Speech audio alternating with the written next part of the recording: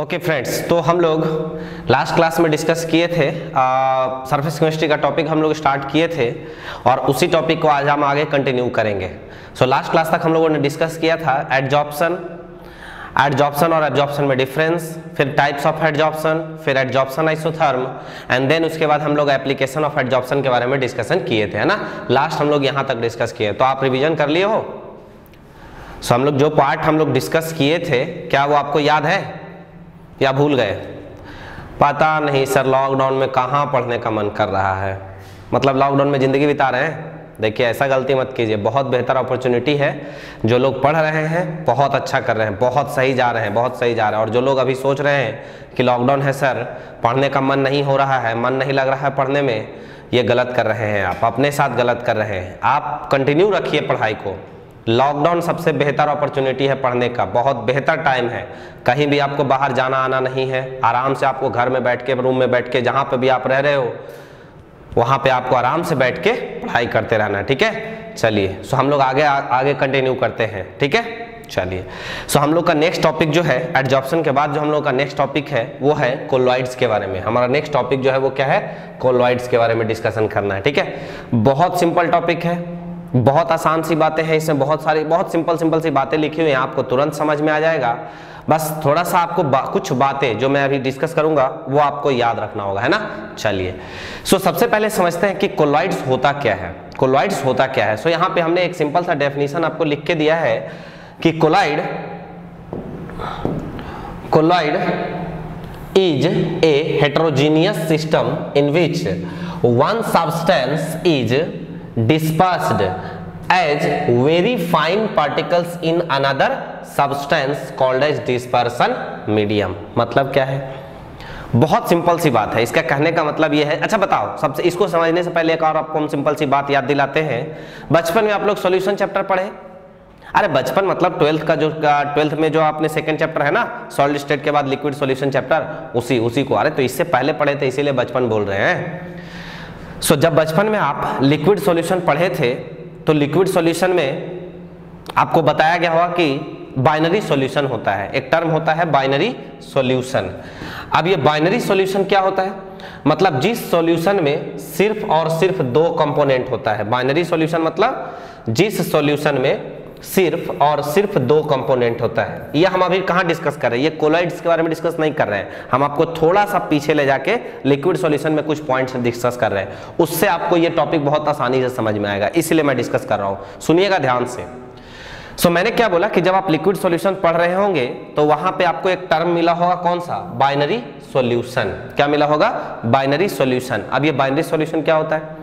सो जिस सॉल्यूशन के सिर्फ और सिर्फ दो ही कंपोनेंट हो, जिस सॉल्यूशन के सिर्फ और सिर्फ दो ही कंपोनेंट होते हैं उसको हम लोग क्या बोलते हैं? Binary solution. अब ये दो कंपोनेंट क्या होता है? एक होता है सॉल्यूट और दूसरा क्या होता है? सॉल्वेंट। एक होता है सॉल्यूट और दूसरा क्या होता है? सॉल्वेंट है। अब ये जो बाइनरी सॉल्यूशन की हम बात कर रहे हैं या फिर जो सॉल्यूशन की बात कर, सिंपली हम सॉल्यूशन बोले तो ये सॉल्यूशन हमारा होमोजीनियस सिस्टम होता है। कैसा होता है? Homogeneous system. होमोजीनियस सिस्टम का मतलब क्या है? तो जिस होमोजीनियस सिस्टम का है या होमोजीनियस सॉल्यूशन का है, सेम ही थिंग है। तो जिस सॉल्यूशन का, मैं होमोजीनियस समझा रहा हूं आपको, सुनिएगा ध्यान से, जिस सॉल्यूशन में जो भी कंपोनेंट्स आपने मिक्स किए हैं, मतलब उस सॉल्यूशन को प्रिपेयर करने के लिए आपने जो भी कंपोनेंट्स यूज किए हैं उसका कंपोजिशन हर एक पार्ट में, चाहे आप पूरा का पूरा सॉल्यूशन कंसीडर कर लो या फिर उसका एक स्मॉल सा पार्ट कंसीडर करो, हर एक पार्ट में कंपोजिशन का, कंपोनेंट्स का कंपोजिशन सेम होता है, यूनिफॉर्म होता है, तो हम उस सॉल्यूशन को क्या बोलते हैं? Homogeneous solution. क्या बोलते हैं? Homogeneous solution.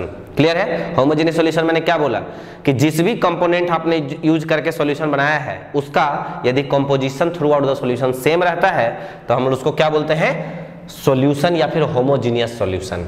अब होमोजीनियस सॉल्यूशन के ही अंदर कौन आता है? Binary solution. तो बाइनरी सॉल्यूशन क्या होगा? दो, जिसमें दो कंपोनेंट होंगे, एक सॉल्यूट और दूसरा सॉल्वेंट। एक सॉल्यूट और दूसरा सॉल्वेंट। सॉल्यूट क्या होता है? जिसका अमाउंट कम हो, और सॉल्वेंट क्या होता है? जिसका अमाउंट ज्यादा हो। क्लियर है यहां तक? सो सॉल्यूट क्या होता है? जिसका अमाउंट कम है, और सॉल्वेंट क्या होता है? जिसका अमाउंट ज्यादा है। यहां तक कोई डाउट? अब इस चीज को मैं आपको रिलेट करके इस कोलॉइड से समझा रहा हूं। सो कोलॉइड्स में समझिएगा क्या बोल रहा है कि a colloid is a heterogeneous system. ध्यान से सुनिएगा, इसके लिए हमने बोला था ये होमोजीनियस सिस्टम है। कैसा है ये? होमोजीनियस सिस्टम है। यहां पे भी दो कंपोनेंट्स था, एक सॉल्यूट और दूसरा सॉल्वेंट, लेकिन जो बोल रहा है कि कोलॉइड कैसा सिस्टम है? हेटेरोजीनियस सिस्टम है। In which one substance is dispersed, in which one substance is dispersed as very fine particles, मतलब एक कोई सब्सटेंस है जिसको बहुत ही फाइन पार्टिकल्स में हम डिवाइड कर दिए हैं और फिर उसको मिक्स कर रहे हैं किस में? दूसरे सब्सटेंस में, जिसको हम लोग क्या बोल रहे हैं? Dispersion medium. तो आप देखो, जब बाइनरी सॉल्यूशन होमोजीनियस सिस्टम था, जब बाइनरी सॉल्यूशन होमोजीनियस सिस्टम था, तब वहां पे दो कंपोनेंट हमारा क्या था? सॉल्यूट और सॉल्वेंट। लेकिन जब हम कोलॉइड्स की बात कर रहे हैं तो कोलॉइड्स हमारा क्या होता है? कोलॉइड्स होता है एक हेटेरोजीनियस सिस्टम। अब यहां पे भी दो कंपोनेंट है, लेकिन क्योंकि यहां हेटेरोजीनियस सिस्टम है इसीलिए उन दो कंपोनेंट्स का नाम भी क्या है? अलग अलग है। यहां दो कंपोनेंट क्या क्या है? एक है आपका, ये देखिएगा ध्यान से, एक है आपका डिस्पर्स्ड फेज, एक क्या है? डिस्पर्स्ड फेज, और दूसरा क्या है? Dispersion medium. सो एक हमारा है डिस्पर्स्ड फेज और एक है हमारा डिस्पर्सन मीडियम। मैं फिर से दिखा रहा हूं, देखिएगा। सो मैंने क्या बोला? क्योंकि कोलॉइड एक हेटेरोजीनियस सिस्टम है, यहां पर भी दो कंपोनेंट है जिसमें एक का नाम है आपका डिस्पर्स्ड फेज, एक का नाम है आपका डिस्पर्स्ड फेज और दूसरे का नाम क्या है? Dispersion medium. मतलब इस बाइनरी सॉल्यूशन में जो सॉल्यूट का रोल था इस हेटेरोजीनियस सिस्टम में, मतलब कोलॉइड्स में, वही रोल किसका होगा? डिस्पर्स्ड फेज का। और जो सॉल्वेंट का रोल इस बाइनरी सॉल्यूशन में था वही यहां पे रोल किसका है? डिस्पर्सन मीडियम का। क्लियर है? डिस्पर्स्ड फेज को मैं सिंपली शॉर्ट फॉर्म में डीपी लिख रहा हूं। क्या लिख रहा हूं? DP, dispersed phase. और डिस्पर्सन मीडियम को मैं क्या लिख रहा हूं? DM, that is dispersion medium. मतलब हम कह सकते हैं कि कोलॉइडल सॉल्यूशन में डिस्पर्स्ड फेज हमारा क्या है? सॉल्यूट है, और डिस्पर्सन मीडियम क्या है? सॉल्वेंट है। ये याद रखने का तरीका है। हम कभी भी कोलॉइडल सॉल्यूशन में सॉल्यूट या सॉल्वेंट का यूज नहीं करते हैं, क्योंकि ये हेटेरोजीनियस सिस्टम है और हेटेरोजीनियस सिस्टम में हमारे लिए क्या डिफाइंड है? DP and DM, that is dispersed phase and dispersion medium. लेकिन डिस्पर्स्ड फेज कौन सा पार्ट है और डिस्पर्सन मीडियम कौन सा पार्ट है, इसको याद रखने के लिए मैं आपको रिलेट करके समझाया हूं कि जो बाइनरी सॉल्यूशन में आपका सॉल्यूट है यहां वो डिस्पर्स्ड फेज है, और बाइनरी सॉल्यूशन में जो सॉल्वेंट है यहां आपका क्या है? Dispersion medium. मतलब सिंपल सी बात यह है कि इसको याद रखने के लिए आप बोल सकते हो कि डीपी क्या है? सॉल्यूट, और डीएम क्या है? सॉल्वेंट। क्लियर है? सो मैं फिर से रिपीट कर रहा हूं, colloid is a heterogeneous system in which one substance is dispersed. जो सब्सटेंस डिस्पर्स्ड होता है उसको हम लोग डिस्पर्स्ड फेज बोलते हैं, in another substance known as dispersion medium. मतलब जिसमें आप बताओ ना, सॉल्यूट को हम सॉल्वेंट में डिजॉल्व करते हैं, यहाँ किसको डिजॉल्व कर रहे हैं? डिस्पर्स्ड फेज को हम डिस्पर्सन मीडियम में डिजॉल्व कर रहे हैं, तो डिस्पर्सन मीडियम हमारा क्या हो जाएगा? सॉल्वेंट, और डिस्पर्स्ड फेज क्या हो जाएगा? सॉल्यूट। क्लियर है? यहां तक याद रखना, इंपॉर्टेंट पार्ट है। डिस्पर्स्ड फेज और डिस्पर्सन मीडियम ही दो ऐसा टर्म है जो पूरे कोलॉइड, जब तक हम लोग कोलॉइड्स पढ़ेंगे तब तक ये डीपी और डीएम चलता रहेगा। सो डीपी, मैं आगे कभी भी डीपी आपको बोलूं तो आपको समझ में आना चाहिए कि मैं किसके लिए बोल रहा हूं। मैं बोल रहा हूं डिस्पर्स्ड फेज के लिए। मैं कभी भी आपको डीपी बोलूं तो आपको समझ में आना चाहिए मैं किसको बोल रहा हूं? डिस्पर्स्ड फेज को। और कभी डीएम बोलूं तो आपको समझ में आना चाहिए मैं किसको बोल रहा हूं? डिस्पर्सन मीडियम को। याद रहेगा? याद रखिएगा, ठीक है? चलिए आगे बढ़ते हैं हम लोग नेक्स्ट। अब हमें कुछ डिफरेंसेस डिस्कस करना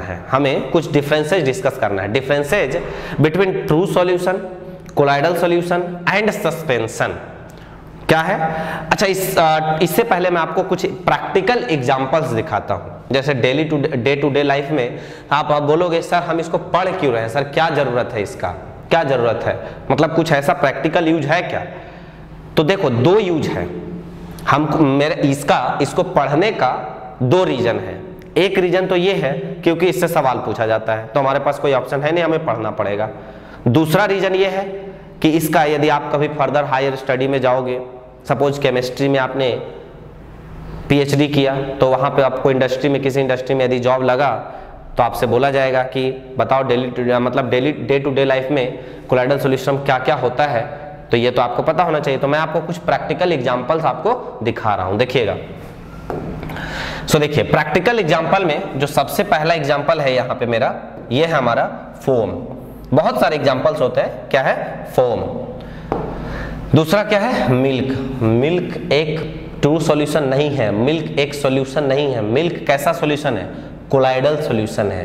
कोलॉइड्स बोले या कोलाइडल सॉल्यूशन, दोनों सेम ही चीज है। स्मोक, डिटर्जेंट्स, आपका ये जो जेल, हम लोग जो हेयर जेल यूज करते हैं या डिफरेंट टाइप्स ऑफ जेल जो यूज करते हैं, ये भी एग्जांपल किसका है, ये भी एग्जांपल है आपका, ये भी एग्जांपल है किसका, ये कोलाइडल सॉल्यूशन का ही एग्जांपल है। या फिर जो हमारा ब्लड है ये भी एक कोलाइडल सॉल्यूशन ही है। दूसरा पेंट जो है ये भी हमारा एक कोलाइडल सॉल्यूशन ही है। या फिर जो हम लोग कॉस्मेटिक्स यूज करते हैं वो भी एक कोलाइडल सॉल्यूशन ही है।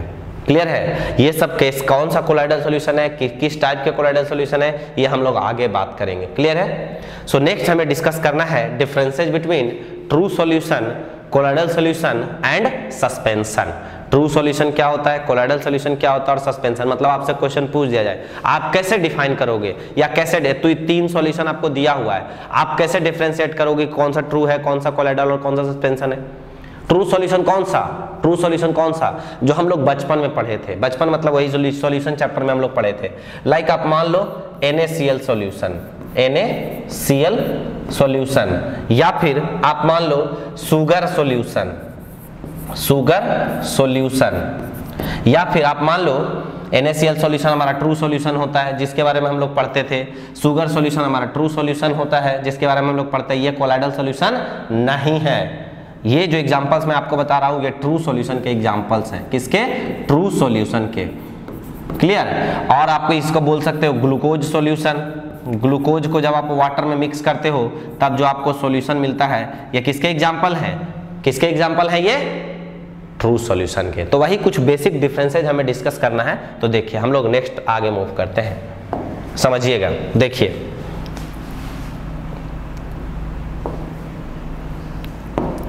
समझिए। सो हम लोग यहाँ पे सबसे पहले डिस्कस कर रहे हैं, यहाँ पे ट्रू सॉल्यूशन है, यहाँ कोलाइडल सॉल्यूशन है और यहाँ क्या है आपका सस्पेंशन है। True solution, colloidal solution and suspension. तो इसमें मैंने कुछ बेसिक डिफरेंसेज आपको डिस्कस किए। सबसे पहले पार्टिकल साइज है, दूसरा विजिबिलिटी है, तीसरा सेपरेशन विद फिल्टर पेपर है, फोर्थ डिफ्यूजन है। क्या है ये सारी बातें हम डिस्कस करेंगे। फोर्थ डिफ्यूजन है, फिफ्थ नेचर ऑफ पार्टिकल्स है, नेचर ऑफ सॉल्यूशन है, क्या होता है सब डिस्कस करूंगा मैं अभी। सेटलिंग कैरेक्टरिस्टिक है, टिंडल इफेक्ट है और ब्राउनियन मोशन है। अब एक एक करके समझेंगे सबको। सो यदि आप ट्रू सॉल्यूशन की बात करते हो, ट्रू सॉल्यूशन मतलब क्या हुआ, NaCl सॉल्यूशन हो गया, शुगर सॉल्यूशन हुआ, ग्लूकोज सॉल्यूशन हुआ। तो जब आप ट्रू सॉल्यूशन की बात करते हो तो ट्रू सॉल्यूशन में जो पार्टिकल्स होते हैं, जो साइज ऑफ द पार्टिकल्स होता है वो लेस देन 10⁻⁻7 सेंटीमीटर से होता है। मतलब जब भी ट्रू सॉल्यूशन के जो पार्टिकल्स होंगे वो हमेशा किससे छोटा होंगे, 10⁻⁻7 सेंटीमीटर से छोटे होंगे। लेकिन जब आप कोलाइडल सॉल्यूशन की बात करोगे तो कोलाइडल सॉल्यूशन में कहां से कहां तक आता है, 10⁻⁻7 टू 10⁻⁻5 सेंटीमीटर के रेंज में आता है। क्लियर है। थर्ड, यदि आप सस्पेंशन की बात करोगे तो सस्पेंशन क्या होता है, 10⁻⁻5 सेंटीमीटर से जब पार्टिकल्स का साइज बड़ा होगा तब उसको क्या बोलेंगे, सस्पेंशन। सर आपकी बात हमें समझ में आई, आपकी बात हमें समझ में आई कि sir true solution NaCl solution होगा या शुगर सॉल्यूशन होगा। यदि कोलाइडल सॉल्यूशन की बात करें तो सर उसका भी आप एग्जांपल बताएं, स्मोक है, पेस्ट है, ब्लड है, आपका पेंट है, या फिर सर मिल्क भी है। लेकिन सर ये सस्पेंशन क्या चीज है, सस्पेंशन के भी हम प्रैक्टिकली मिले हैं क्या, बिल्कुल मिले हैं, मैं आपको बताता हूं। सस्पेंशन क्या होता है, सैंड प्लस वाटर। जो सैंड प्लस वाटर होता है, जब आप सैंड को वाटर में मिक्स करते हो, सैंड प्लस आप वाटर से जो सॉल्यूशन आप प्रिपेयर करोगे, सैंड प्लस वाटर से जो सॉल्यूशन आप प्रिपेयर करोगे, जो सॉल्यूशन आप प्रिपेयर करोगे वही हमारा क्या होता है, सस्पेंशन होता है। वही हमारा क्या होता है, सस्पेंशन। सैंड प्लस वाटर से जो हमें मिलता है वो क्या है, सस्पेंशन है। क्लियर। तो ये जो सैंड प्लस वाटर का जो सॉल्यूशन हुआ वो हमारा क्या हुआ, सस्पेंशन हुआ। आप सोचो ना, इसमें आपको पार्टिकल्स का जो साइज होता है वो काफी बड़ा होता है, हम आराम से देख पाते हैं। लेकिन आप बताओ जब NaCl का आप सॉल्यूशन बनाते हो तो क्या NaCl के पार्टिकल्स जब कंप्लीटली मिक्स हो जाते तो आपको विजिबल होता है, आप डिफ्रेंशिएट कर पाते हो कौन सा वाटर का पार्टिकल और कौन सा NaCl का, बिल्कुल नहीं। तो क्यों नहीं कर पा रहे हैं, क्योंकि इसके पार्टिकल्स का साइज बहुत छोटा है। कोलाइडल सॉल्यूशन में इससे ट्रू सॉल्यूशन के रिस्पेक्ट में थोड़ा बड़ा है, और सस्पेंशन में कोलाइडल के रिस्पेक्ट में और ज्यादा बड़ा है। तो साइन के पार्टिकल्स तो आप आराम से देख पाते हो ना। तो ये बेसिक डिफरेंस है, ये सबसे बेसिक डिफरेंस है, ये आपको पता होना ही चाहिए, याद होना ही चाहिए। सबसे पहला यदि आपसे पूछा डिफरेंस कि what is the difference between true solution, colloidal solution and suspension, तो सबसे पहले दिमाग में आपका बात आना चाहिए particle size. Particle size true solution का सबसे छोटा, कोलाइडल सॉल्यूशन का थोड़ा बड़ा, और सस्पेंशन का उससे भी बड़ा। क्लियर है? नेक्स्ट प्रॉपर्टी की तरफ हम लोग मूव कर रहे हैं। नेक्स्ट प्रॉपर्टी होता है विजिबिलिटी। विजिबिलिटी किसका? पार्टिकल्स का। जैसे अभी हम आपको बता रहे थे कि जब आप NaCl सॉल्यूशन बनाते हो तो क्या उसके पार्टिकल्स विजिबल होते हैं? कभी भी नहीं। आप चाहे माइक्रोस्कोप से देख लो, चाहे किसी से भी देख लो, कभी भी ट्रू सॉल्यूशन में पार्टिकल्स आपको विजिबल नहीं होंगे। तो यहाँ पे देखो लिखा हुआ है कि ट्रू सॉल्यूशन का जो पार्टिकल्स का विजिबिलिटी है, not visible with any type of optical means, मतलब आप कोई भी इंस्ट्रूमेंट यूज कर लो आपको पार्टिकल्स दिखाई नहीं देंगे। लेकिन जब आप कोलाइडल सॉल्यूशन की बात कर रहे हो, क्योंकि यहाँ पे पार्टिकल साइज कोलाइडल सॉल्यूशन के पार्टिकल साइज ट्रू सॉल्यूशन के रिस्पेक्ट में बड़ा है, इस वजह से यहाँ पे अल्ट्रा माइक्रोस्कोप के थ्रू क्या होता है, ये पार्टिकल्स विजिबल होते हैं, पार्टिकल्स विजिबल होते हैं। बट सस्पेंशन का तो आप नेकेड आई के थ्रू देख सकते हो, विजिबल विद नेकेड आई। आप बताओ ना, सैंड क्या आपको नहीं दिखता पानी आंख से? कंप्लीटली लिख जाता है। तो जो सस्पेंशन में पार्टिकल्स होते हैं वो सस्पेंशन के पार्टिकल्स कंप्लीटली विजिबल होते हैं नेकेड आई के थ्रू। ठीक है? नेक्स्ट है सेपरेशन विद फिल्टर पेपर, मतलब हमें पार्टिकल्स को सेपरेट करना है फिल्टर पेपर के थ्रू। तो सेपरेशन पॉसिबल है या नहीं, ये चीज चेक करते हैं। तो जब आप ट्रू सॉल्यूशन की बात करोगे तो यह कभी भी पॉसिबल नहीं है, कभी भी पॉसिबल नहीं है। जब आप ट्रू सॉल्यूशन की बात करोगे तो सेपरेशन विद फिल्टर पेपर कभी भी ट्रू सॉल्यूशन के पॉसिबल नहीं है। यहाँ कोलाइडल सॉल्यूशन में भी पार्टिकल्स का साइज इतना बड़ा नहीं होता है कि वो फिल्टर पेपर पे रुक जाए, लेकिन जब आप सस्पेंशन की बात करोगे तो कहाँ पे हो जाएगा, आराम से फिल्टर पेपर पे रुक जाएगा, क्योंकि इसके पार्टिकल्स के साइज क्या है, बड़े हैं। तो वो आराम से कहाँ रुक जाएगा, फिल्टर पेपर के ऊपर में। तो पार्टिकल्स का सेपरेशन विद फिल्टर पेपर सिर्फ और सिर्फ किसमें पॉसिबल है, सस्पेंशन में। ट्रू सॉल्यूशन और कोलाइडल सॉल्यूशन में पॉसिबल नहीं है। क्लियर है? यहाँ तक कोई डाउट? आप बताओ, यहाँ तक कोई डाउट है? नहीं। चलिए, बहुत अच्छी बात। नेक्स्ट डिफ्यूजन, मतलब पार्टिकल्स का डिफ्यूजन जो होता है, मतलब मिक्सिंग जो होता है ट्रू सॉल्यूशन बहुत इजीली होता है। आप थोड़ी देर, मतलब NaCl को आप मिक्स करो वाटर में, NaCl को मिक्स करो वाटर में, 2 मिनट के अंदर क्या हो जाता है, मिक्स हो जाता है, खो जाता है, पता नहीं चला रहा कहाँ गया NaCl, पता चलता है क्या? तो इसीलिए हम बोल रहे हैं कि जो डिफ्यूजन होता है पार्टिकल्स का, solute particles in the solvent, ये यहाँ पे बहुत ही जल्दी होता है, यहाँ पे थोड़ा स्लोली होता है, मतलब इसके रिस्पेक्ट में कम जल्दी नहीं होता है। यहाँ पे तो कभी भी डिफ्यूजन होता ही नहीं है, कभी भी मिक्सिंग होता है। वाटर का साइन के साथ कभी मिक्सिंग पॉसिबल है क्या?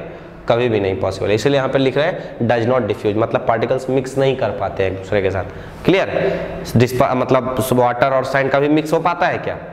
बिल्कुल नहीं। आप उसको फिल्टर पेपर से सेपरेट कर सकते हो, तो मिक्स हो जाता तो हम सेपरेट नहीं कर पाते। तो क्योंकि यहाँ पे सेपरेशन पॉसिबल है, मतलब वहाँ मिक्सिंग पॉसिबल नहीं है, तो डज नॉट डिफ्यूज। क्लियर? चलिए, बहुत अच्छी बात है। Third, nature of the solution. Nature of the solution, मैंने अभी जब क्लास स्टार्ट किया था कोलाइडल सॉल्यूशन के बारे में, तब वहां पे मैंने आपको डिस्कस किया था कि जो ट्रू सॉल्यूशन होता है वो कैसा सॉल्यूशन है, एक होमोजीनियस सॉल्यूशन है। कैसा? होमोजीनियस। लेकिन जब आप कोलाइडल सॉल्यूशन की बात करोगे तो ये हेट्रोजीनियस है, और ये भी क्या है, हेट्रोजीनियस ही है। ये भी क्या है, हेट्रोजीनियस ही है। क्लियर? याद रखना कि सिर्फ ट्रू सॉल्यूशन ही होमोजीनियस नेचर का होता है, बट कोलाइडल और सस्पेंशन दोनों ही कैसा होता है, हेट्रोजीनियस नेचर का होता है। Next, settling characteristic. Settling characteristics, अब सेटलिंग कैरेक्टरिस्टिक क्या होता है? ट्रू सॉल्यूशन के जो पार्टिकल्स होते हैं कभी भी सेटल नहीं करते हैं। जैसे आप बताओ, सिंपल सा एग्जांपल से मैं आपको समझा रहा हूँ। मान लिया आपने NaCl का एक सॉल्यूशन प्रिपेयर किया, वो ट्रू सॉल्यूशन है। तो आप बताओ, जब NaCl को कंप्लीटली आप वाटर में मिक्स कर दोगे, जब NaCl को कंप्लीटली आप वाटर में मिक्स कर दोगे, अब उसको 2 घंटे के लिए आप छोड़ दो, क्या NaCl के पार्टिकल सेटल करते हैं? कभी भी। 2 घंटे क्या, 4 घंटे, 10 घंटे, 15 घंटे, 2 दिन के लिए छोड़ दो, कभी भी सेटल हो पाता है क्या? कभी भी नहीं, कभी भी सेटलमेंट नहीं हो पाता। इसीलिए हम बोल रहे हैं कि ट्रू सॉल्यूशन के पार्टिकल कभी भी सेटल नहीं कर पाएंगे। ट्रू सॉल्यूशन के पार्टिकल कभी भी सेटल नहीं कर पाते हैं, कभी भी सेटलमेंट उनका पॉसिबल नहीं है। लेकिन जब कोलाइडल सॉल्यूशन की बात करते हो तो कोलाइडल सॉल्यूशन सेंट्रीफ्यूगेशन प्रोसेस के अंडर में, सेंट्रीफ्यूगेशन एक प्रोसेस होता है जिसके बारे में हम लोग आगे डिस्कस करेंगे। तो इस प्रोसेस के अंडर में ये पार्टिकल्स क्या होता है, सेटल कर जाते हैं। अब सेंट्रीफ्यूगेशन का बेसिक मीनिंग आपको समझाता हूँ। ये एक ऐसा प्रोसेस होता है जिसमें हम पार्टिकल्स के साइज को इंक्रीज करते हैं। क्या करते हैं, छोटे छोटे पार्टिकल्स को एक साथ एग्रीगेट करके उसका साइज थोड़ा बढ़ा देते हैं। आप साइज बढ़ाएंगे तो ग्रेविटी का इन्फ्लुएंस होगा, वो नीचे सेटल कर जाएगा। तो यही बोला है कि खुद से ये कभी भी सेटलमेंट नहीं करेगा, लेकिन यदि आप सेंट्रीफ्यूगेशन प्रोसेस करोगे तब इसका पार्टिकल का साइज बढ़ जाएगा और फिर इसका सेटलमेंट हो जाएगा। क्लियर, सेटलमेंट मतलब बेस में, जैसे ये आपके पास सपोज एक सॉल्यूशन है, अब ये पार्टिकल्स इस तरीके से ऐसे डिस्पर्स्ड हैं, ठीक है। तो जब इसका साइज बड़ा होगा तो क्या हो जाएगा, सेटल कर जाएगा नीचे ग्राउंड पे, बेस पे जाके सेटल कर जाएगा। इसी को हम लोग बोलते हैं सेटलिंग कैरेक्टरिस्टिक्स। क्लियर, और इसका settle under influence of the gravity, ये तो आप जैसी बात है। अब बताओ ना, आप सैंड को थोड़ी देर के लिए मिक्स करके छोड़ दो, 5 मिनट के बाद देखो सारा सैंड कहाँ सेटल, बॉटम पे सेटल कर गया।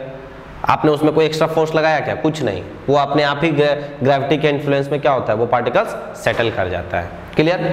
Next, Tyndall effect, most important properties, most important difference between true solution, colloidal solution and suspension. ये देखो, इसमें वैसे तो आप सारा डिफरेंसेस याद रखो तो बहुत बेहतर बात है, नहीं तो कम से कम एटलीस्ट आपको 3-4 डिफरेंसेस तो याद होना ही चाहिए।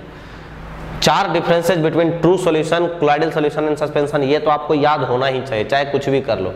रात में 12 बजे ऐसे जगा के आपको पूछ दिया कि बताओ ट्रू सॉल्यूशन, कोलाइडल सॉल्यूशन और सस्पेंशन में क्या डिफरेंस है, तो सब कुछ भूल जाओ, बस ये 3 डिफरेंस आपको याद होना चाहिए। कौन कौन सा, मैं आपको बता रहा हूं। देखो, एक पार्टिकल साइज, दूसरा टिंडल इफेक्ट और थर्ड ब्राउनियन मूवमेंट। ये आपको याद होना ही चाहिए कि सर कभी भी आपसे पूछ ले कि बताओ ट्रू सॉल्यूशन, कोलाइडल सॉल्यूशन और सस्पेंशन के बेसिस में तीन बेसिक डिफरेंस बताओ, तो आप बताना पार्टिकल साइज, टिंडल इफेक्ट और ब्राउनियन मूवमेंट। अब पार्टिकल साइज में क्या होता है कि इसके पार्टिकल साइज 10⁻⁷ सेंटीमीटर से छोटा होगा, इसका 10⁻⁻7 से 10⁻⁵ के बीच में होगा, और इसका क्या होगा, ग्रेटर होगा 10⁻⁵ सेंटीमीटर से। And the next, Tyndall effect. Tyndall effect क्या होता है समझिएगा, बहुत आसान है, कुछ है नहीं। टिंडल इफेक्ट क्या होता है इसके बारे में हमें डिटेल से डिस्कस करना है, बहुत डिटेल से डिस्कस करेंगे। जब हम लोग प्रॉपर्टीज ऑफ कोलाइडल सॉल्यूशन का डिस्कशन करेंगे, वहां पे हम लोग डिटेल से डिस्कस करेंगे कि टिंडल इफेक्ट क्या होता है, कैसे होता है, क्या होता है, ठीक है। अभी बस आपको डिफरेंस पढ़ना है कि कोलाइडल सॉल्यूशन और ट्रू सॉल्यूशन और सस्पेंशन में कौन सा प्रॉपर्टी मिलता है और कौन सा प्रॉपर्टी नहीं मिलता है। तो जब आप ट्रू सॉल्यूशन की बात करोगे तो इसमें टिंडल इफेक्ट कभी भी आपको ऑब्जर्व नहीं होगा, कभी भी नहीं होगा, कभी भी ऑब्जर्व नहीं होगा। लेकिन जब कोलाइडल सॉल्यूशन की बात करोगे तो ये हमेशा ही टिंडल इफेक्ट शो करेगा। मतलब यदि वो कोलाइडल सॉल्यूशन है तो वो टिंडल इफेक्ट शो करेगा, उसका ये कंडीशन ही है कि कोई भी कोलाइडल सॉल्यूशन आप कंसीडर करो वो टिंडल इफेक्ट शो करेगा ही करेगा। लेकिन जब आप सस्पेंशन की बात करोगे तो ये शो कर भी सकता और नहीं, मे और मे नॉट शो, कर भी सकता और नहीं भी कर सकता है, ये डिपेंड करता है। यदि पार्टिकल्स का साइज रेंज, जैसे इसमें पार्टिकल्स का साइज क्या दे रहा है आपको, 10⁻⁻5 सेंटीमीटर से बड़ा होना चाहिए, लेकिन पार्टिकल साइज मान लो कि इसमें 10⁻⁻5 के रेंज में आ रहा है। सपोज आप 10⁻⁻5 सेंटीमीटर के रेंज में आ रहा है सस्पेंशन के लिए, तब हो सकता है कि वो शो करेगा, और यदि इससे बड़ा पार्टिकल होगा तो नहीं शो करेगा। इसीलिए हमने लिखा है मे और मे नॉट शो। कौन, टिंडल इफेक्ट सस्पेंशन शो कर भी सकता और नहीं भी। लेकिन कोलाइडल सॉल्यूशन की जब आप बात करोगे ये करेगा ही करेगा। कोलाइडल सॉल्यूशन मतलब टिंडल इफेक्ट, ये आपको समझ में और याद रखना है। क्लियर, कुछ भी डाउट है तो आप कमेंट कीजिए, हम लोग रिप्लाई करेंगे, मैं रिप्लाई करूंगा, ठीक है। चलिए नेक्स्ट, ब्राउनियन मूवमेंट। नेक्स्ट है Brownian movement. Brownian movement true solution नहीं शो करता है, ट्रू सॉल्यूशन नहीं शो करता है, लेकिन कोलाइडल सॉल्यूशन शो करेगा। कोलाइडल सॉल्यूशन शो करेगा ही करेगा। ब्राउनियन मूवमेंट क्या होता है, बेसिक डिफरेंस, आपको बेसिक मीनिंग समझा रहा हूं ब्राउनियन मूवमेंट का। जो जिगजैग मोशन होता है पार्टिकल्स का, जिगजैग मोशन, आप ब्राउनियन मोशन का नाम पहले भी सुने होंगे कहीं पे, कहां पे, स्टेट्स ऑफ मैटर में, जब गैसेज स्टेट आप डिस्कस कर रहे थे तो वहां पे आपको एक प्रॉपर्टीज मिला होगा कि gases are always in constant random motion. मैंने क्या बोला कि gases are always in constant random motion, मतलब गैसेज हमेशा ही मोशन में होता है और उसका कोई पर्टिकुलर डायरेक्शन नहीं होता, वो किसी भी डायरेक्शन में मूव कर सकता है। तो जब जिगजैग मोशन, जब जिगजैग डायरेक्शन में आपका इस तरीके का मैं मोशन आपको दिखा रहा हूं कैसा मोशन होता है, जब जिगजैग इस तरीके से पार्टिकल ऐसा ऐसा ऐसा ऐसा ऐसा इस तरीके से ऐसा मूवमेंट करता है किसी भी डायरेक्शन में, तब इस मोशन को हम लोग क्या बोलते हैं? ब्राउनियन मोशन बोलते हैं। क्या बोलते हैं इसको? ब्राउनियन मूवमेंट बोलते हैं। तो जो कोलाइडल सॉल्यूशन के पार्टिकल्स होते हैं वो इसी तरीके से मूव करते रहते हैं, तो इसी वजह से हम बोलते हैं कि जो कोलाइडल पार्टिकल्स है या कोलाइडल सॉल्यूशन है वो क्या शो करेगा? ब्राउनियन मोशन शो करेगा। लेकिन ट्रू सॉल्यूशन ये शो नहीं करता है, ट्रू सॉल्यूशन का पार्टिकल जो है वो इस तरीके से मूव नहीं करता है। क्लियर है? अब देखिए नेक्स्ट है आपका कोलाइडल सॉल्यूशन में ये ब्राउनियन मोशन शो कर भी सकता है और नहीं भी, मतलब कर सकता है। यदि पार्टिकल साइज, वही अभी जो मैंने आपको बताया ना कि यदि पार्टिकल साइज 10⁻⁻5 सेंटीमीटर के रेंज में हो तब वो शो कर सकता है और नहीं भी कर सकता है। क्लियर है? सो ये कुछ बेसिक डिफरेंसेस थे, मैंने अभी आपको समझाया था, मैं फिर से समझा रहा हूं कि एटलीस्ट आपको 3 डिफरेंसेस पता होने चाहिए ट्रू सॉल्यूशन, कोलाइडल सॉल्यूशन और सस्पेंशन में। एक तो आपका पार्टिकल साइज, दूसरा टिंडल इफेक्ट और थर्ड ब्राउनियन मूवमेंट। क्लियर है? यहां तक कुछ भी डाउट हो आप हमसे पूछो, कमेंट करो, आप कमेंट करो, हम उसका रिप्लाई करेंगे। क्लियर है? कोई डाउट? कुछ भी डाउट है? नहीं। चलिए पढ़ते हैं, नेक्स्ट आगे बढ़े, चलिए बढ़ते हैं नेक्स्ट हमें जो डिस्कस करना है वो है हमारा क्लासिफिकेशन। नेक्स्ट हमें जो डिस्कस करना है वो है हमारा क्लासिफिकेशन। अब ये क्लासिफिकेशन क्या होता है समझिए। सो क्लासिफिकेशन ऑफ कोलाइडल सॉल्यूशन हम लोग 3 बेसिस पे करते हैं। क्लासिफिकेशन ऑफ कोलाइडल सॉल्यूशन जो है उसके हम लोग 3 कंसिडरेशन लेते हैं, 3 बेसिस, 3 अलग अलग हमारा बेसिस होता है जिसके बेसिस पे हम लोग कोलाइडल सॉल्यूशन को क्लासिफाई करते हैं। फर्स्ट जो हमारा क्लासिफिकेशन का बेसिस होता है ये होता है हमारा physical state of dispersed phase and dispersion medium particle. Physical state of dispersed phase and dispersion medium particle.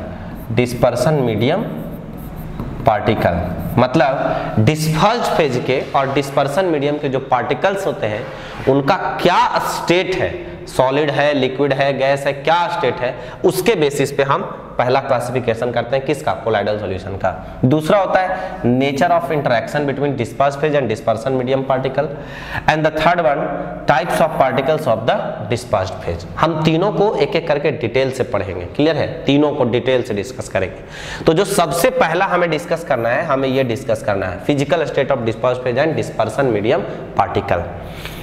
अब इसको समझने से पहले मैं आपको एक बेसिक पॉइंट समझा रहा हूं, समझिएगा ध्यान से, बहुत आसानी से। जब मैं ये डिस्कस करूंगा तो आपको ये समझ में आ जाएगा। जब आप सॉल्यूशन पढ़ रहे थे, वही लिक्विड सॉल्यूशन की बात करें, जब आप सॉल्यूशन पढ़ रहे थे तो आपको एक स्टेटमेंट मैंने बताया था या फिर आप शायद सुने होंगे कि solvent determines the physical state of any solution. मैंने क्या बोला? सुनिएगा ध्यान से, रिपीट कर रहा हूं, बहुत इंपॉर्टेंट लाइन है, ये एक लाइन है लेकिन इसका बहुत इंपॉर्टेंस है। मैंने क्या बोला कि किसी भी सॉल्यूशन में जो सॉल्वेंट होता है वो उस सॉल्यूशन के फिजिकल स्टेट को डिटरमाइन करता है। फिर से रिपीट कर रहा हूं, solvent determines the physical state of any solution. Sir line तो हम सुन लिए लेकिन क्या बोले कुछ पता नहीं चला सर, समझ नहीं आया, समझाते हैं। बहुत आसान सा बात बोल रहे हैं, सुनिएगा ध्यान से, लेकिन इंपॉर्टेंट है।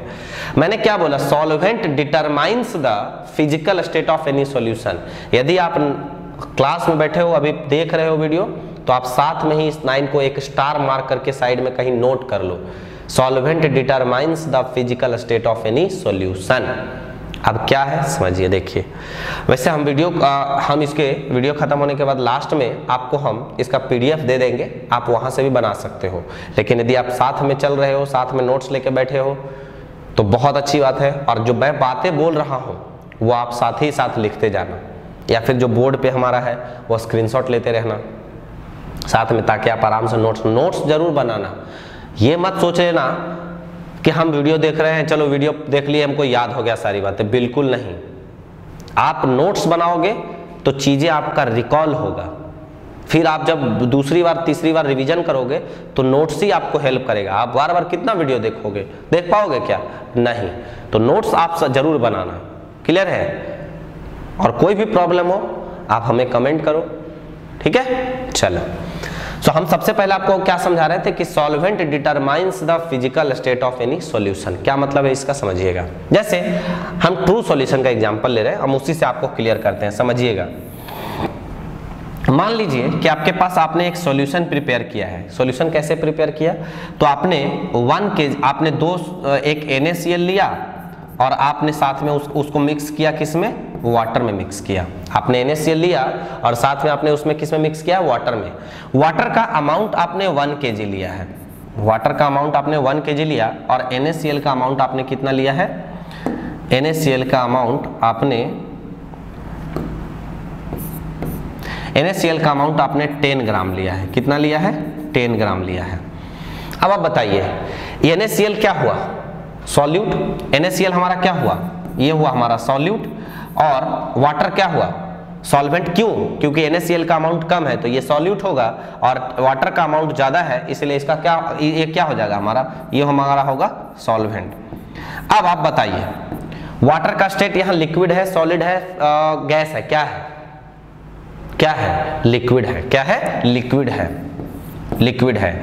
और NaCl का स्टेट क्या होगा? ऑफ कोर्स सॉलिड होगा। तो ये सॉलिड का स्टेट क्या है? सॉलिड है।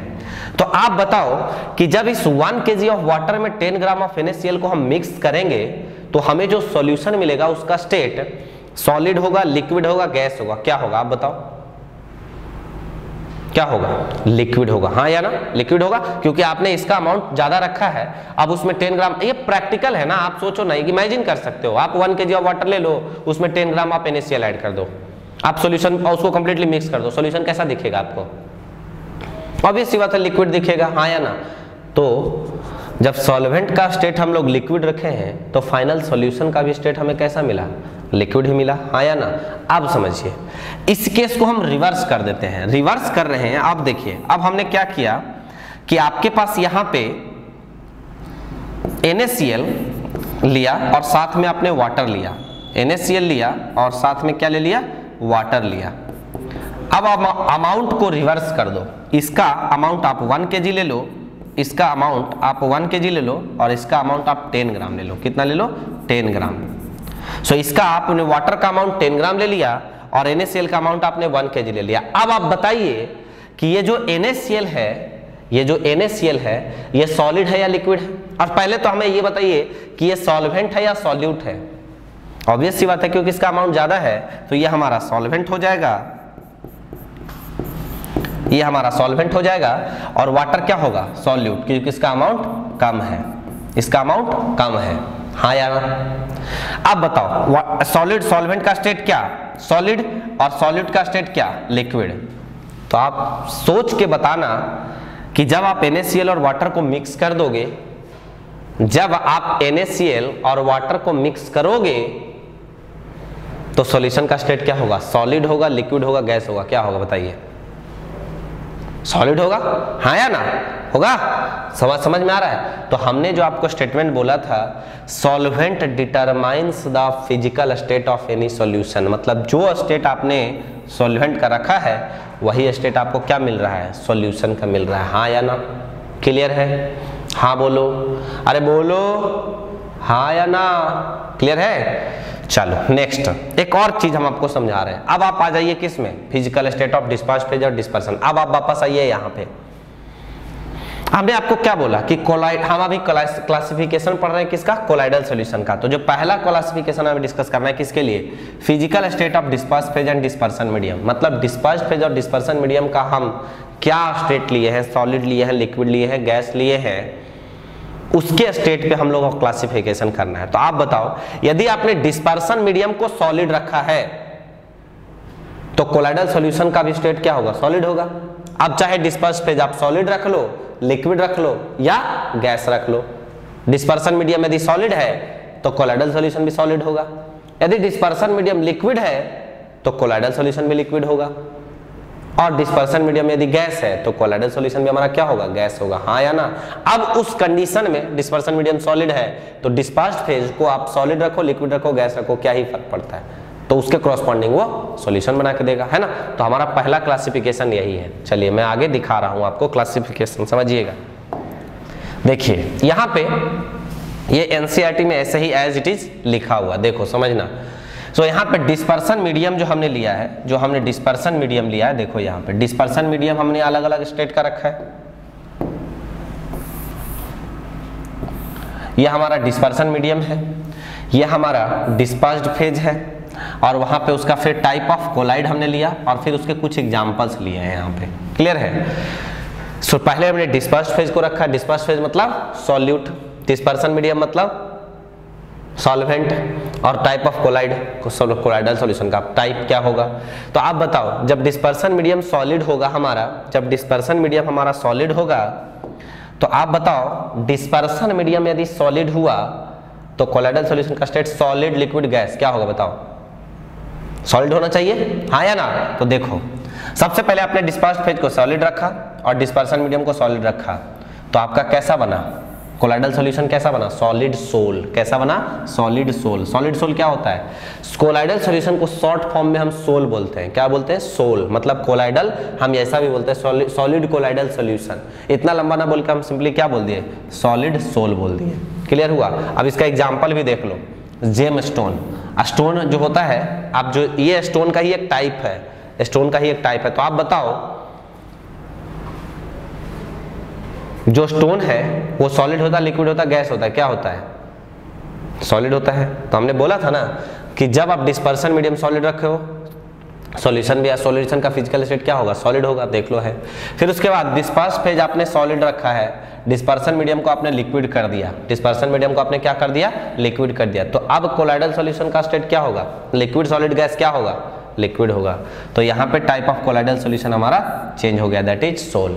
अब बताइए पेंट्स है, सेल फ्लूइड्स है, आप बताओ पेंट का स्टेट क्या होता है, सॉलिड, लिक्विड, गैस क्या होता है, घर में पेंट हुआ होगा ना, कैसा होता है स्टेट, लिक्विड होता है। तो देख लो यहाँ पे सॉल्यूशन का हमारा स्टेट कैसा आना चाहिए था, लिक्विड आना चाहिए था। और सेल फ्लूइड्स, सेल फ्लूइड्स मतलब बॉडी के अंदर जो सेल्स हैं, सेल के अंदर जो फ्लूइड्स हैं, तो ऑब्वियस है आता है सॉलिड तो नहीं होता और ना ही गैस होता है, क्या होता है वो, लिक्विड होता है। तो इसीलिए हमने आपको बताया था कि जो आप डिस्पर्सन मीडियम का स्टेट रखोगे वही आपका सॉल्यूशन का स्टेट होगा, क्योंकि solvent determines the physical state of any solution, हाँ या ना, अरे हाँ बोलो।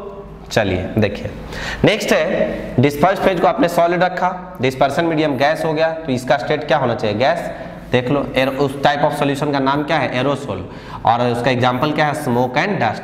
आपको याद होगा अभी जब हम कोलाइडल सॉल्यूशन का डिस्कस कर रहे थे तो उसमें आपको next example day to day life में हम बताए थे कि smoke is an example of colloidal solution. देखो मिला ना, किस टाइप का कोलाइडल सॉल्यूशन, जब आपका डिस्पर्स्ड फेज सॉलिड और डिस्पर्सन मीडियम क्या होगा, गैस।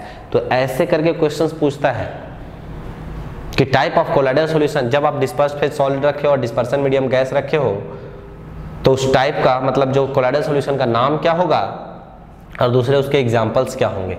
तो इस टाइप के क्वेश्चंस पूछे जाते हैं, तो ये आप याद रखना है, क्लियर है। नेक्स्ट, यदि आपने इसको लिक्विड रखा, यदि आपने इसको लिक्विड रखा और डिस्पर्सन मीडियम को आपने सॉलिड कर दिया, तब आपका फॉर्मेशन कैसा होगा, जेल। जेल का भी हमने एग्जांपल आपको दिया था, ठीक है। उसका एग्जांपल चीज है, जेलीज है, ये सब एग्जांपल किसके हैं, जेल कोलाइडल सॉल्यूशन का। दूसरा लिक्विड है और डिस्पर्सन मीडियम में लिक्विड है, तब उसका एक स्पेशल नेम हम लोग क्या देते हैं, इमल्सन। और इमल्सन के अंदर में मिल्क, मिल्क भी एक कोलाइडल सॉल्यूशन हमने उस समय बोला था, किसका एग्जांपल है, इमल्सन का। किसका, इमल्सन का। इसके अंदर और भी है, हेयर क्रीम है, बटर है, ये सब किसके एग्जांपल्स हैं, इमल्सन के। नेक्स्ट लिक्विड गैस, तो इसका एग्जांपल क्या होगा, ये टाइप ऑफ कोलाइडल सॉल्यूशन होगा, एरोसोल। और इसका एग्जांपल है fog, mist, cloud, insecticide sprays, ये सब किसके एग्जांपल है, एरोसोल के, ठीक है। नेक्स्ट है गैस इन सॉलिड, मतलब सॉलिड हमारा डिस्पर्सन मीडियम है और गैस हमारा क्या है, डिस्पर्स्ड फेज है। तो यहाँ पे एग्जांपल जो होगा वो हमारा सॉलिड सोल, और ये प्यूमाइज स्टोन, मतलब ये टाइप ऑफ कोलाइडल सॉल्यूशन है, एग्जांपल है pumice stone, foam, rubber. Next gas dispersed phase हमारा गैस हुआ और डिस्पर्सन मीडियम क्या हुआ, लिक्विड हुआ। तो ये इसका एग्जांपल क्या है, फोम। और इसके सॉरी ये टाइप ऑफ कोलोइडल सॉल्यूशन का नाम क्या है, फोम। और जो एग्जांपल है फ्रोथ है, व्हिप्ड क्रीम है और सॉप लेदर है, जो झाग होता है ना साबुन का, वही हमारा हुआ। क्लियर? सो आई थिंक यहां तक आपको कोई डाउट नहीं होगा। क्लियर है? क्लियर है? चलिए हम लोग आगे बढ़ते हैं। Next classification. अभी हम लोग क्लासिफिकेशन किस बेसिस पे कर रहे हैं, physical state of dispersed phase and dispersion medium. Clear है? Physical state of dispersed phase and dispersion medium. Next जो हमें क्लासिफिकेशन स्टडी करना है वो है on the basis of nature of interaction between dispersed phase and dispersion medium. मतलब dispersion medium और dispersed phase में कैसा बॉन्डिंग हो रहा है, क्या वो एक दूसरे को बॉन्ड कर रहे हैं या फिर दूसरे से दूर जा रहे हैं, क्या हो रहा है, इसी के बारे में हमें क्लासिफिकेशन करना है। तो इसका देखो, इससे पहले जो हम लोग डिस्कस कर रहे थे classification on the basis of physical state of the particles of dispersed phase and dispersion medium, important है, कभी कभी उससे भी क्वेश्चंस पूछे जाते हैं, लेकिन उससे भी ज्यादा इंपॉर्टेंट ये टॉपिक है। ये आपको याद होना ही चाहिए, इसमें कोई ऑप्शंस आपको नहीं है, क्योंकि इससे क्वेश्चंस पूछा ही जाता है। सरफेस केमिस्ट्री में कोलोइडल सॉल्यूशन यदि क्वेश्चन पूछा तो इस दोनों से क्वेश्चंस पूछे जा सकते हैं। तो आप बोलोगे सर यहाँ तो 3 ही 4 लाइन लिखा हो, इससे क्या क्वेश्चन। अभी हम लोग आगे डिफरेंस पढ़ेंगे, इसका डिफरेंसेज आपको जो भी हमने पॉइंट्स लिखेंगे वो सारा याद होना चाहिए। क्लियर है? तो सबसे पहले समझते हैं कि लायोफिलिक और लायोफोबिक होता क्या है। सो लायोफिलिक और लायोफोबिक, सबसे पहले मैं आपको लायोफिलिक समझाता हूँ। डेफिनेशन तो यहाँ लिखा हुआ, वो तो आप ठीक है चलो समझ जाओगे, पहले मैं इसको प्रैक्टिकली समझाता हूँ, फिर आप यहाँ डेफिनेशन पढ़ेंगे तो आपको आसानी से समझ में आ जाएगा। सो लायोफिलिक मतलब क्या, तो जब डिस्पर्स्ड फेज और डिस्पर्सन मीडियम के बीच में बेहतर बॉन्डिंग हो, बेहतर अटैचमेंट हो, एक दूसरे के साथ वो आसानी से मिल जाए, सॉल्युबल हो जाए, तब उस सॉल्यूशन को हम लोग क्या बोलते हैं, लायोफिलिक। क्या बोलते हैं? लायोफिलिक। लायोफिलिक हमने क्या बोला, लायोफिलिक क्या होता है कि जब डिस्पर्स्ड फेज और डिस्पर्सन मीडियम के पार्टिकल्स एक दूसरे के साथ बेहतर बॉन्डिंग बनाते हैं, एक दूसरे के साथ मिक्स हो जाते हैं, एक दूसरे के साथ अटैच हो जाते हैं, तब उसको हम लोग क्या बोलते हैं, लायोफिलिक। जैसे देख लो यहाँ पे लिखा हुआ है, if there is attraction between the particles of dispersion medium and dispersed phase, मतलब सॉल्यूट और सॉल्वेंट के बीच में यदि बेहतर बॉन्डिंग हो रहा होगा, सॉल्यूट और सॉल्वेंट के बीच में यदि बेहतर बॉन्डिंग हो रहा होगा, तब हम उसको क्या बोलेंगे, लायोफिलिक। क्योंकि हमने आपको समझाया था ना, डिस्पर्सन मीडियम को आप क्या बोल सकते हो, सॉल्वेंट, और डिस्पर्स्ड फेज को आप क्या बोल सकते हो, सॉल्यूट। तो जब डिस्पर्सन मीडियम और डिस्पर्स्ड फेज के बीच में बेहतर बॉन्डिंग हो रहा होगा, अट्रैक्शन हो रहा होगा, तब उस टाइप के कोलाइड्स को हम लोग क्या बोलते हैं, लायोफिलिक कोलाइड्स। अब इसके एग्जांपल्स यहाँ पे लिखा हुआ, starch, rubber solution, sol of gum, gelatin, ये सब एग्जांपल्स हैं किसके, लायोफिलिक सॉल्यूशन। अब क्योंकि इसका नेचर ऑफ अट्रैक्शन है बिटवीन डिस्पर्स्ड फेज और डिस्पर्सन मीडियम में, इसीलिए हम लोग इसको बोलते हैं सॉल्वेंट लविंग सॉल्यूशन। मतलब जहां लायोफिलिक है ना, वहां आप बोल सकते हो सॉल्वेंट लविंग, उसको हम लोग सॉल्वेंट लविंग सॉल्यूशन भी बोलते हैं, solvent loving solution, solvent loving solution, इसको हम लोग सॉल्वेंट लविंग सॉल्यूशन भी बोलते हैं। क्लियर? सो लायोफिलिक मैं फिर से रिपीट कर दे रहा हूं, सुनिए।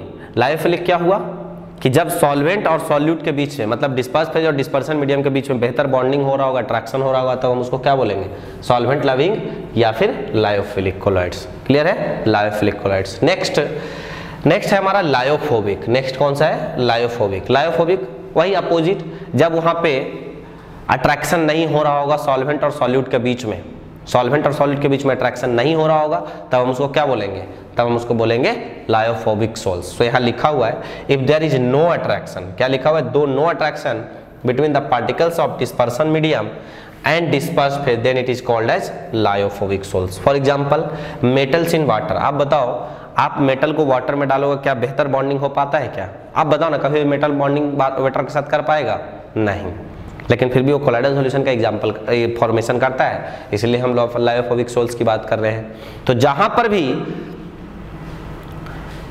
सॉल्वेंट और solute, that is dispersed phase और डिस्पर्सन मीडियम के बीच में बेहतर बॉन्डिंग होगा, उसको हम लायोफिलिक बोलेंगे, और जहां बेहतर बॉन्डिंग नहीं होगा उसको हम लोग क्या बोलेंगे, लायोफोबिक बोलेंगे। क्लियर है? उसको हम लोग क्या बोलेंगे? लायोफोबिक। जैसे इसका example metals in water, ferric hydroxide sols, ये सब कैसे होते हैं? लायोफोबिक होते हैं। क्लियर है? अब जैसे इसको हमने सॉल्वेंट लविंग बोला है, इसका भी एक नाम होता है क्या?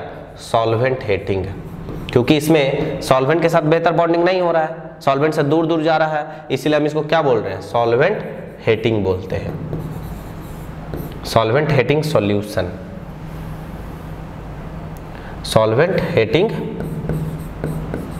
सॉल्यूशन। क्लियर है यहां तक? कोई डाउट? बहुत सिंपल सी बात है ना। चलिए नेक्स्ट, अब आपको इसके डिफरेंसेस के बारे में डिस्कस करते हैं। डिफरेंसेस इंपॉर्टेंट है, आपको याद रखना ही पड़ेगा। कुछ ज्यादा नहीं, 4 ही 5 डिफरेंसेस हमने डिस्कस किए हैं, बहुत सिंपल है, याद आसानी से हो जाएगा। मैं आपको करवाता हूं, देखो समझो। सो यहाँ पे आपको क्या बोल रहा है? सबसे पहला डिफरेंस है लायोफिलिक और लायोफोबिक के बीच में क्या है? नेचर। क्या है? नेचर। नेचर मतलब आप बताओ ना, अभी हमने क्या डिस्कस किया? लायोफिलिक क्या होगा? जब डिस्पर्स फेज और डिस्पर्सन मीडियम के बीच में बेहतर बॉन्डिंग हो रहा हो तो उसको लायोफिलिक, और नहीं हो रहा है तो उसको क्या? लायोफोबिक। यहाँ पे लिखा हुआ है more affinity between disperse phase and dispersion medium, तब उसको क्या बोल देंगे? लायोफिलिक। और लेस एफिनिटी या फिर no affinity between disperse phase and dispersion medium, तब उसको हम लोग क्या बोल देंगे? लायोफोबिक बोल देंगे। क्लियर है? Next, preparation. अब लायोफिलिक सोल्स का या लायोफोबिक सोल्स का कैसे हम प्रिपेयर करते हैं? तो इसको हम लोग प्रिपेयर करने के लिए क्या करेंगे? तो as soon as disperse phase comes in contact with dispersion medium sols are form. मतलब क्या है? आप बताओ ना, जब सॉल्वेंट और सॉल्यूट के बीच में बेहतर बॉन्डिंग हो रहा है तो आप जैसे ही सॉल्यूट को सॉल्वेंट के अंदर डालोगे तुरंत बॉन्डिंग बना लेगा, और बॉन्डिंग बनाने मतलब तुरंत सॉल्यूशन प्रिपेयर हो जाएगा। हाँ या ना? तो आप बताओ, लायोफिलिक के बीच में डिस्पर्सन, लायोफिलिक सॉल्यूशन में डिस्पर्स फेज और डिस्पर्सन मीडियम के बीच में बेहतर बॉन्डिंग है, तो जब बॉन्डिंग बेहतर है तो क्या दिक्कत है? फिर वो आराम से सॉल्यूशन बना लेगा। लेकिन जब आपको लायोफोबिक सोल्स बनाने हैं तो क्योंकि यहाँ पे बॉन्डिंग बेहतर नहीं है तो इसके लिए हमें स्पेशल मेथड्स का रिक्वायरमेंट होता है। कैसे हम लायोफोबिक सोल्स बनाते हैं वो हम लोग अभी मेथड ऑफ प्रिपरेशन जब पढ़ेंगे कोलाइडल सॉल्यूशन का, डिटेल से डिस्कस करेंगे। क्लियर है? तो बस इतना याद रखना कि लायोफोबिक सोल्स के प्रिपरेशन के लिए हमें स्पेशल मेथड यूज करना पड़ता है, लेकिन इसके लिए कोई स्पेशल मेथड नहीं है। डायरेक्टली आप मिक्स करो डिस्पर्स फेज डिस्पर्सन मीडियम में, आपका सॉल्यूशन रेडी हो जाएगा। Next, stability.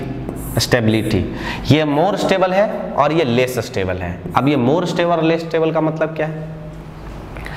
मतलब ये है कि यदि प्रेसिपिटेट का फॉर्मेशन हो रहा है, जैसे आपने एक डिस्पर्सन मीडियम था आपके पास और उसमें आपने डिस्पर्स फेज पार्टिकल को मिक्स किया, उसमें आपने डिस्पर्स फेज पार्टिकल को मिक्स किया, यदि वो सही से सॉल्यूशन बना लिया, प्रेसिपिटेट नहीं बना, मतलब प्रेसिपिटेट मतलब क्या? जो सॉलिड पार्टिकल है वो सरफेस पे आ जाता है तब उसको हम लोग क्या बोलते हैं? प्रेसिपिटेट बोलते हैं। तो यदि वो सरफेस पे नहीं आया, मतलब प्रेसिपिटेट का फॉर्मेशन नहीं किया, तो यदि वो प्रेसिपिटेट का फॉर्मेशन नहीं करता है तब उसको क्या बोलेंगे? स्टेबल। और प्रेसिपिटेट का फॉर्मेशन कर दिया तब उसको क्या बोलेंगे?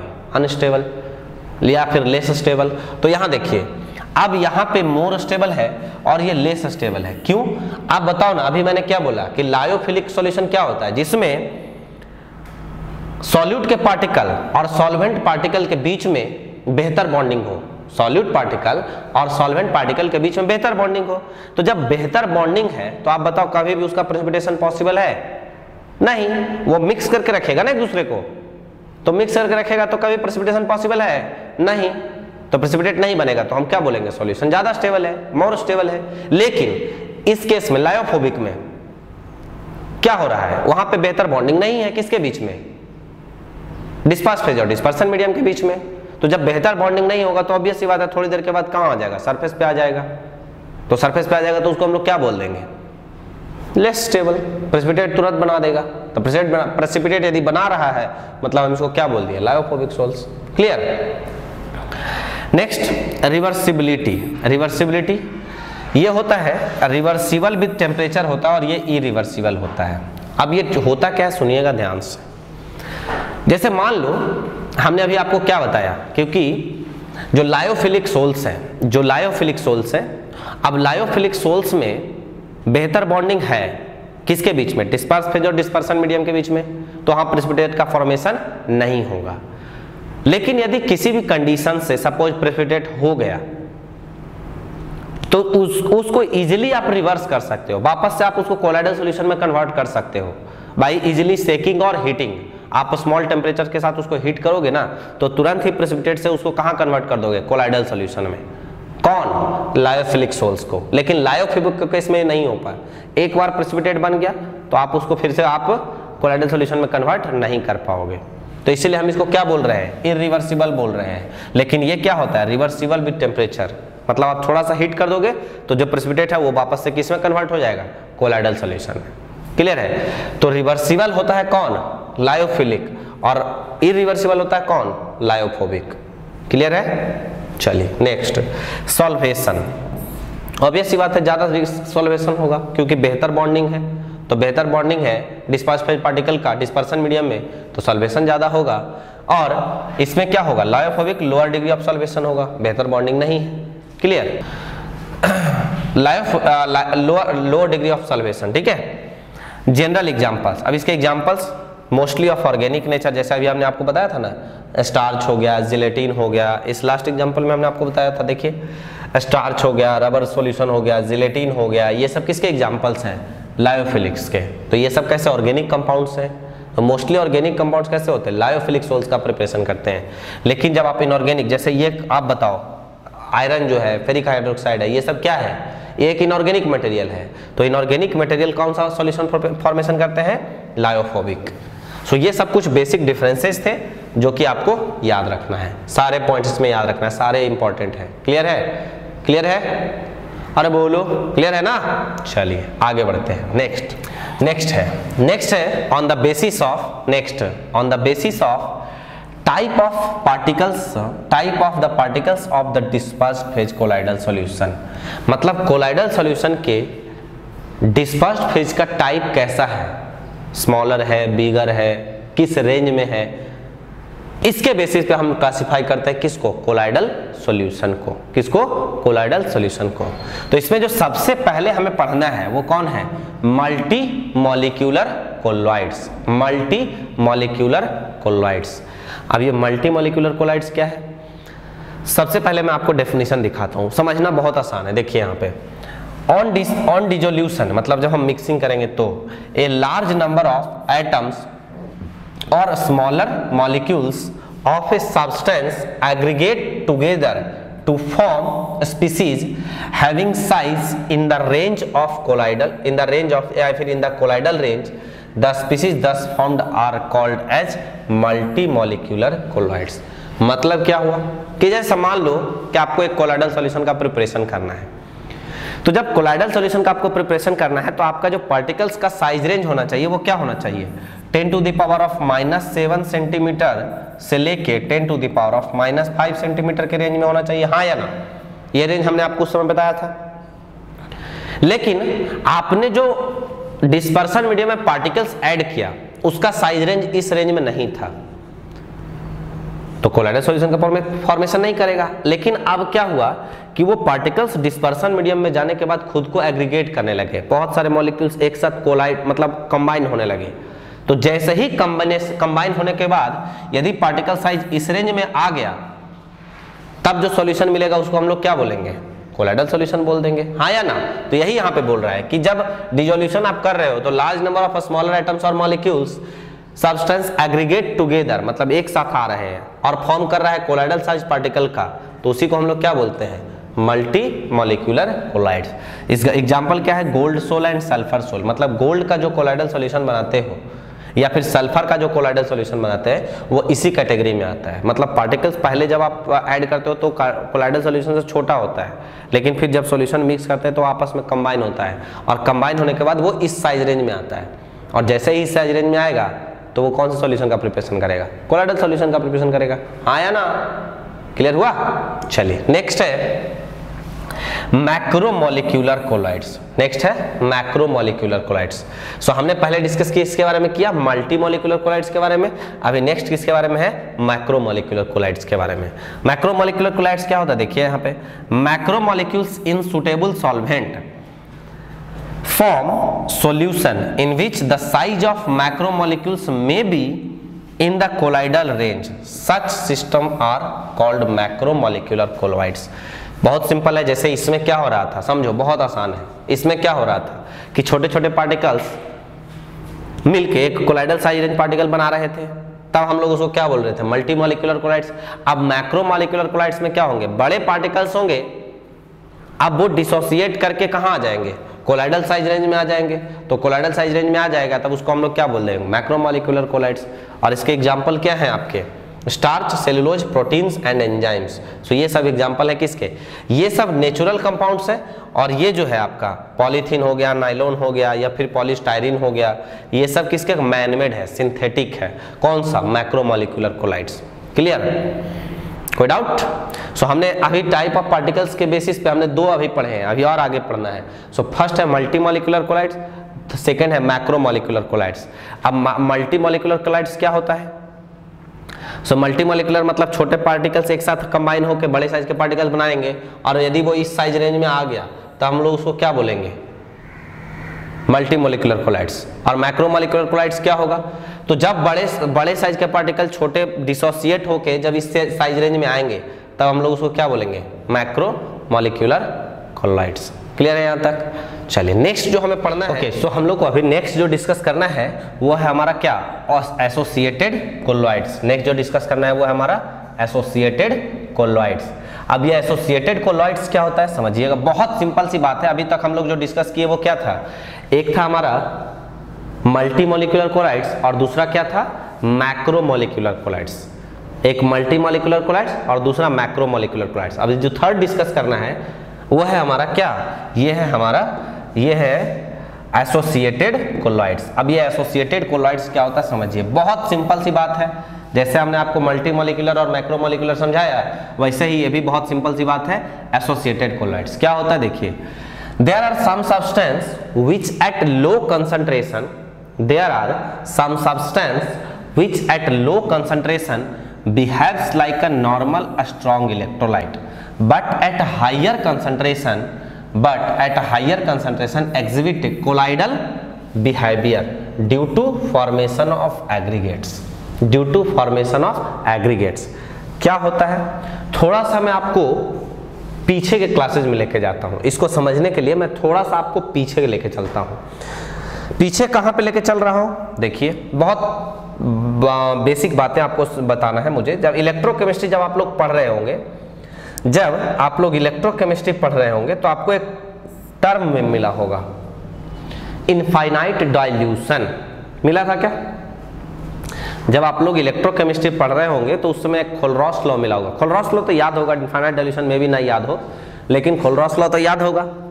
तो खोलरॉस लॉ क्या होता है, तो खोलरॉस लॉ क्या कहता है कि किसी भी इलेक्ट्रोलाइट का जब आप इनफाइनाइटली डाइल्यूट करते हो तो कोई भी इलेक्ट्रोलाइट हो, चाहे वो स्ट्रांग हो वीक हो, सबका डिग्री ऑफ डिसोसिएशन कितना होता है, 1 होता है। मतलब क्या हुआ कि चाहे आप कोई सा भी इलेक्ट्रोलाइट कंसीडर करो, हर कोई स्ट्रांग इलेक्ट्रोलाइट की तरह बिहेव करेगा, मतलब अल्फा 1 हो जाएगा। ये उस समय बताया गया था, है ना। इनफाइनाइट डाइल्यूशन का मतलब क्या होता है कि एट इनफाइनाइट डाइल्यूशन,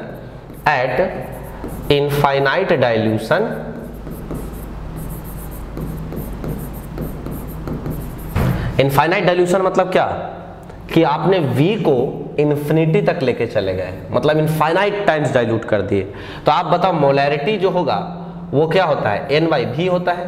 तो अब V को जब इन्फिनिटी तक आप लेके जाओगे तो M कहाँ अप्रोच करेगा, 0 को। M कहाँ अप्रोच करेगा, 0 को, हाँ या ना। तो यही तो कंडीशन होता है ना, eight infinite dilution V infinity को टच करता है तो कंसंट्रेशन कहाँ हो जाता है में 0।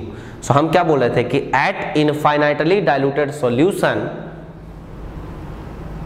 एनी इलेक्ट्रोलाइट, चाहे वो वीक हो स्ट्रांग हो कोई फर्क नहीं पड़ता, behaves like a strong electrolyte. So eight infinite dilution all the electrolytes behaves like a strong electrolyte, behaves like a strong electrolyte, behaves like a strong electrolyte। मतलब concentration बहुत कम हुआ, जब कंसंट्रेशन बहुत कम हुआ, तो यहाँ पे देखो मैं रिपीट कर रहा हूँ सुनिएगा, कि जब कंसंट्रेशन बहुत कम हुआ तो सारे इलेक्ट्रोलाइट किसकी तरह बिहेव करते हैं, एक स्ट्रॉन्ग इलेक्ट्रोलाइट की तरह। और इस समय अल्फा कितना होता है 1, मतलब कंप्लीटली डिसोसिएट करता है। तो अभी जो एसोसिएटेड कोलाइड्स की हम बात कर रहे थे, तो यहाँ पे देखिए मैं फिर से रिपीट कर रहा हूँ, इस बात को ध्यान रखिए कि जब इनफाइनाइटली डाइल्यूटेड लेंगे मतलब कंसंट्रेशन ऑलमोस्ट क्या हो जाएगा 0, मतलब बहुत कम कंसंट्रेशन पे हर एक इलेक्ट्रोलाइट्स का बिहेवियर कैसा होता है कि स्ट्रॉन्ग इलेक्ट्रोलाइट की तरह। अब वापस आइए देखिए, सो यहाँ पे आपको क्या बोला कि there are some substance which at low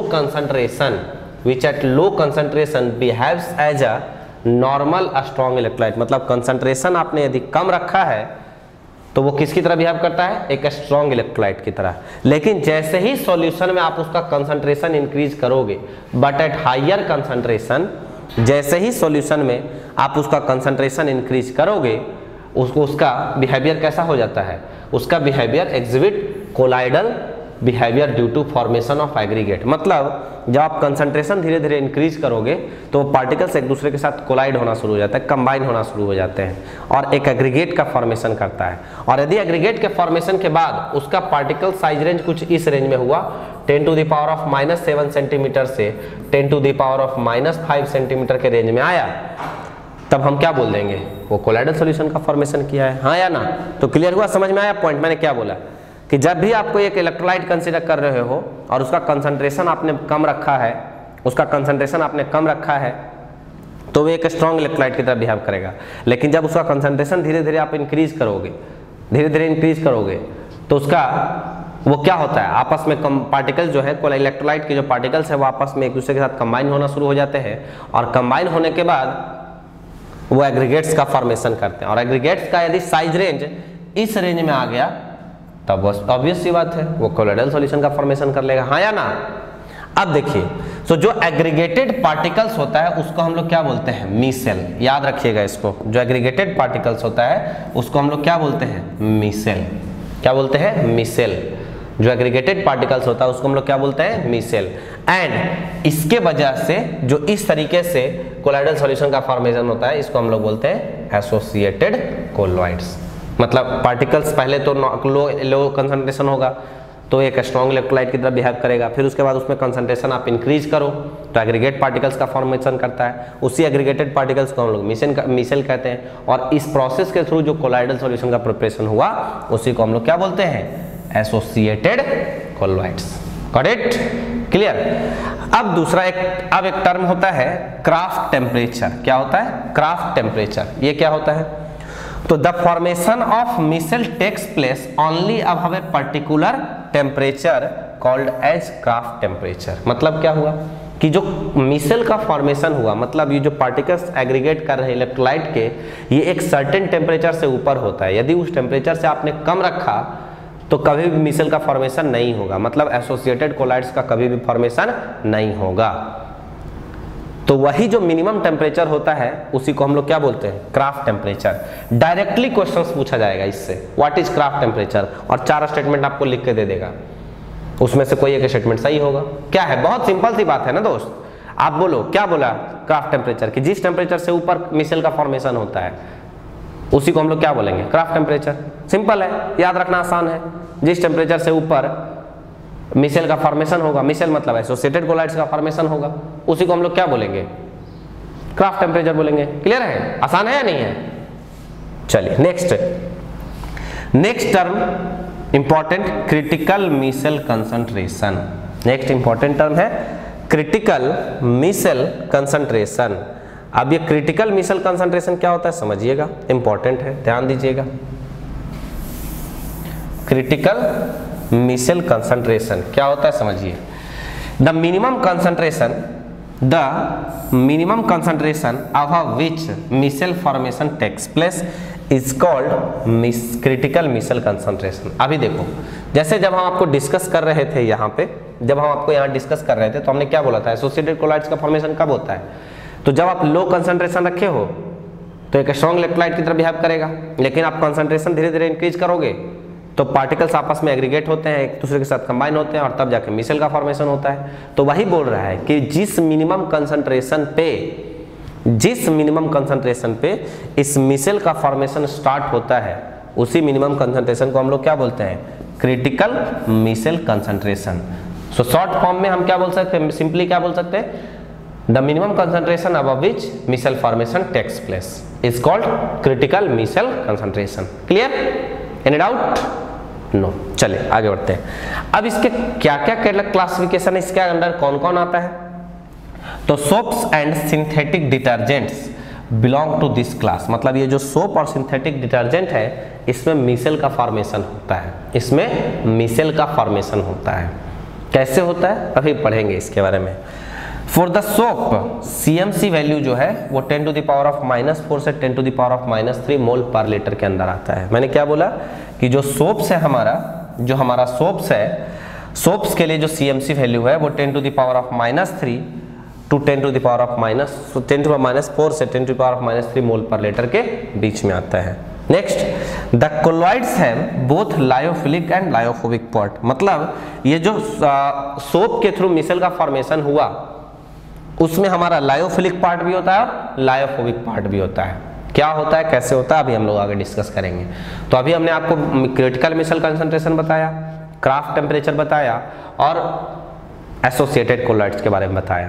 clear है यहाँ तक? क्राफ्ट टेम्परेचर क्या होगा कि जिस मिनिमम टेम्परेचर से ऊपर मिसेल फॉर्मेशन होगा उसको हम लोग क्राफ्ट टेम्परेचर बोलेंगे। क्रिटिकल मिसेल कंसंट्रेशन क्या होता है, तो जिस मिनिमम कंसंट्रेशन से ऊपर, the minimum concentration of which micelle formation takes place, minimum concentration हमारा CMC होगा, that is critical micelle concentration, और मिनिमम टेम्परेचर जिसके ऊपर हमारा मिसेल फॉर्मेशन होता है उसको हम लोग क्या बोलेंगे, क्राफ्ट टेम्परेचर।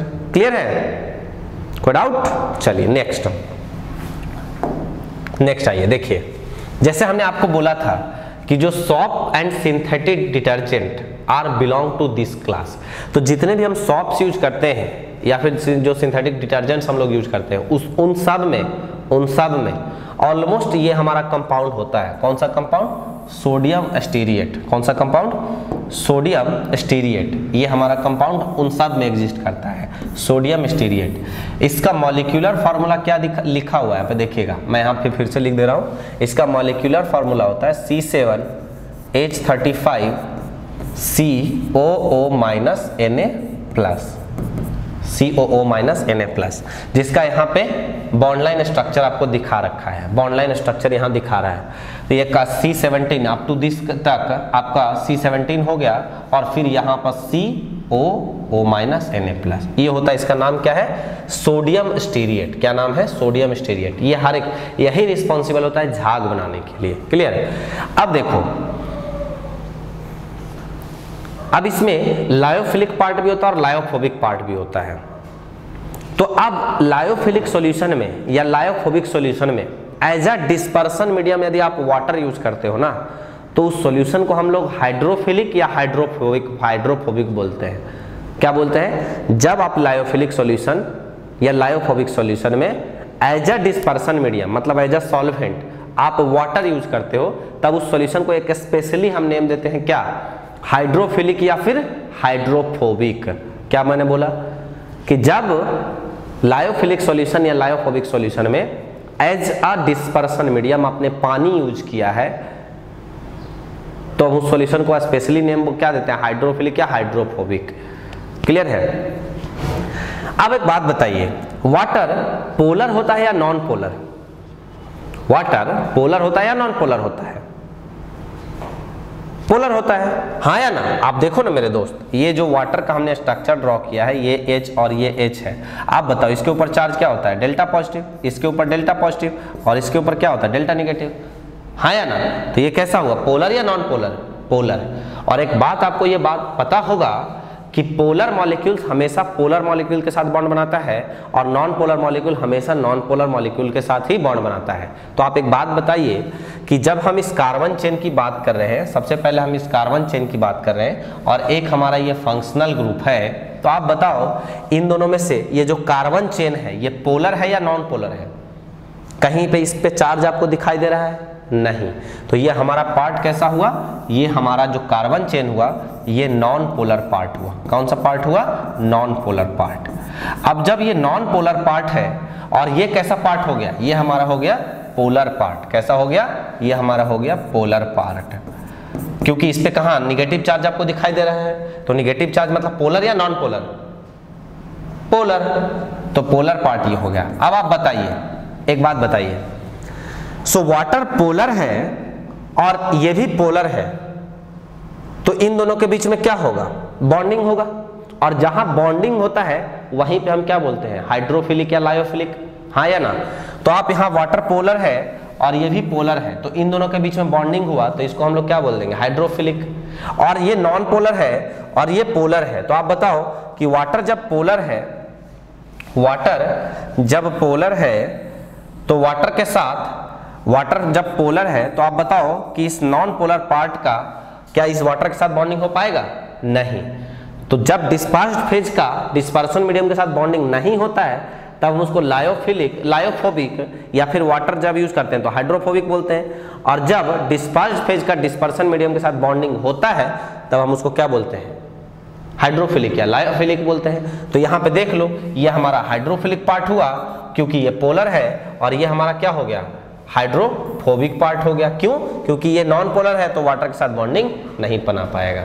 तो इसीलिए अभी थोड़ी देर पहले हमने आपको एक एग्जांपल में यहाँ पे देखो हमने बताया भी था कि द कोलाइड्स है बोथ, मतलब दिस टाइप ऑफ कोलाइड जो होता है, जो वाटर या फिर आपका उसमें प्रेजेंट होता है सिंथेटिक डिटर्जेंट में, इसमें आपका लायोफिलिक पार्ट भी होता है और लायोफोबिक पार्ट भी होता है। कैसे हुआ समझ में आया?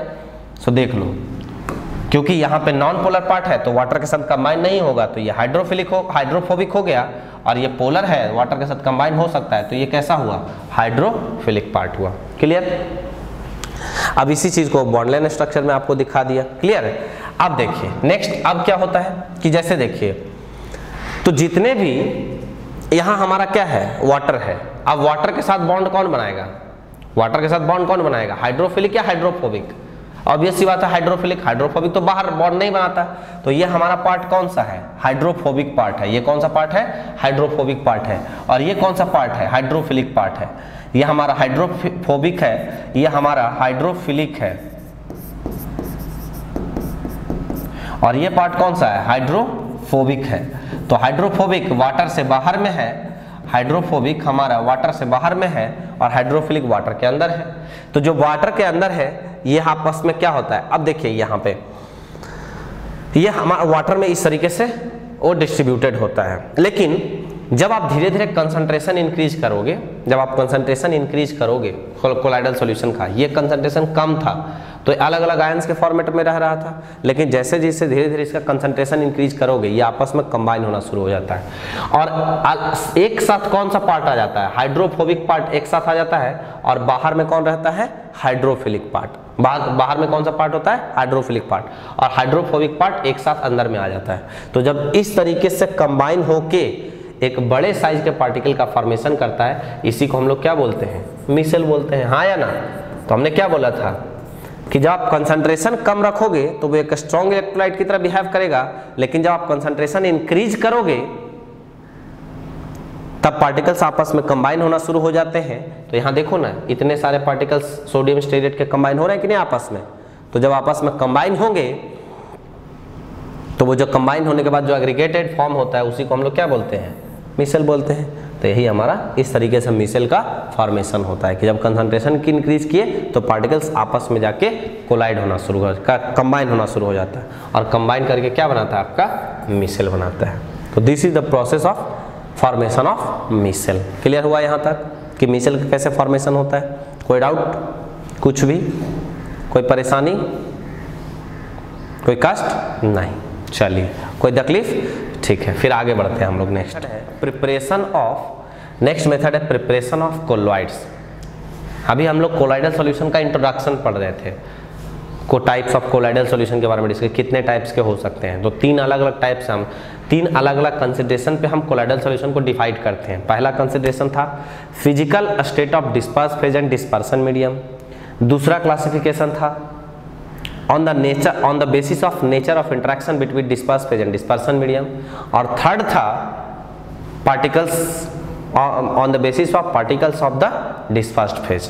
अब उसमें मल्टी मॉलिक्यूलर था, मैक्रो मॉलिक्यूलर था, और फिर क्या था?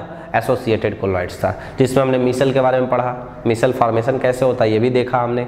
फिर उसमें क्राफ्ट टेम्परेचर क्या होता है, क्रिटिकल मिसेल कंसंट्रेशन क्या होता है, ये सारी बातें हमने देखा। क्लियर है यहाँ? चलिए नेक्स्ट हमें पढ़ना क्या है, नेक्स्ट हमें पढ़ना है प्रिपरेशन ऑफ कोलॉइड्स, मतलब कोलॉइडल सॉल्यूशन का हम कैसे प्रिपरेशन करते हैं। सो पहला जो इसका मेथड, दो मेथड होता है, एक होता है फिजिकल मेथड और एक होता है केमिकल मेथड। एक होता है फिजिकल मेथड और एक होता है केमिकल मेथड। अब फिजिकल मेथड क्या होता है, फिजिकल मेथड होता है, अब इसके फिजिकल मेथड में तीन अलग अलग मेथड है। फर्स्ट मेथड है बाय ग्राइंडिंग, फर्स्ट मेथड है बाय ग्राइंडिंग। अब ग्राइंडिंग में क्या करते हैं कि in this method the larger sized particles are broken down into colloidal sized particle. So grinding मतलब क्या, ब्रेकिंग, ग्राइंडिंग मतलब ब्रेकिंग। अब आप एक बात बताइए, जैसे कोई भी आपको कोलाइडल सॉल्यूशन का फॉर्मेशन करना है तो पार्टिकल्स का साइज रेंज क्या होना चाहिए, 10 to the power of -7 centimetre to लेके 10 to the power of -5 centimetre के रेंज में होना चाहिए, हाँ या ना। यदि इस साइज रेंज में होगा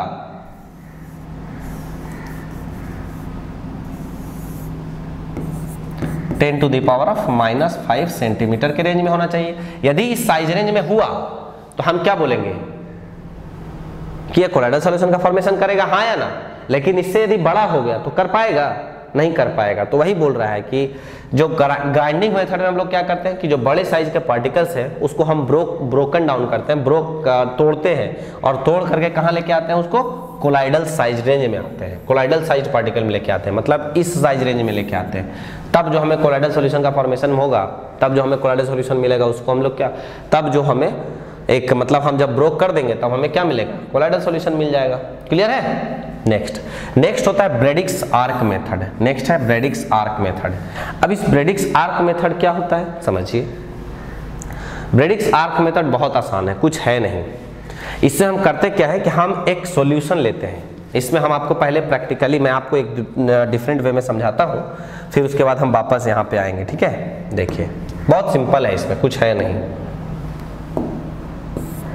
देखिएगा समझिए क्या होता है ये।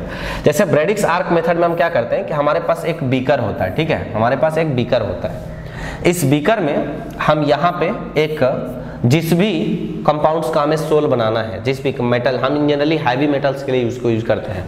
ब्रेडिक्स आर्क मेथड को हम किसके लिए यूज करते हैं, हैवी मेटल्स लाइक प्लेटिनम हो गया, गोल्ड हो गया, सिल्वर हो गया, इन सब मेटल्स के लिए हम लोग यूज करते हैं। जब इन सब मेटल्स का हमें सोल प्रिपरेशन करना होता है तो हम ब्रेडिक्स आर्क मेथड का यूज करते हैं। कैसे होता है देखिए, तो जिस भी मेटल का हमें कोलाइडल सॉल्यूशन प्रिपेयर करना होता है, इस बीकर के अंदर इस कंटेनर में हम उस मेटल को ले लिए, मान लिया हम गोल्ड यहाँ पे ले लिए, ठीक है। अब यहाँ पे दो इलेक्ट्रोड्स लेते हैं, यहाँ पे दो इलेक्ट्रोड्स लेते हैं। अब इन दो इलेक्ट्रोड्स को आपस में स्ट्रक करते हैं, क्या करते हैं, स्ट्रक करते हैं। जिसके और यहाँ पे ये कहाँ होता है, ये किसके अंदर होता है, सम सॉल्वेंट के अंदर होता है। हम इन जनरल सॉल्वेंट किसको लिए हैं, पानी को लिए हैं, किसको लिए, पानी को लिए हैं। अब जब इन दोनों के बीच में हम स्ट्रक करेंगे, मतलब यहाँ पे जब स्ट्रक करेंगे तो क्या होगा, इलेक्ट्रिक स्पार्क डेवलप होगा। अब इलेक्ट्रिक स्पार्क का जो टेम्परेचर होता है, जो हीट होता है, वो इतना ज्यादा होता है कि इस मेटल को वेपराइज कर देता है। क्या होता है, उस मेटल को वेपराइज कर देता है।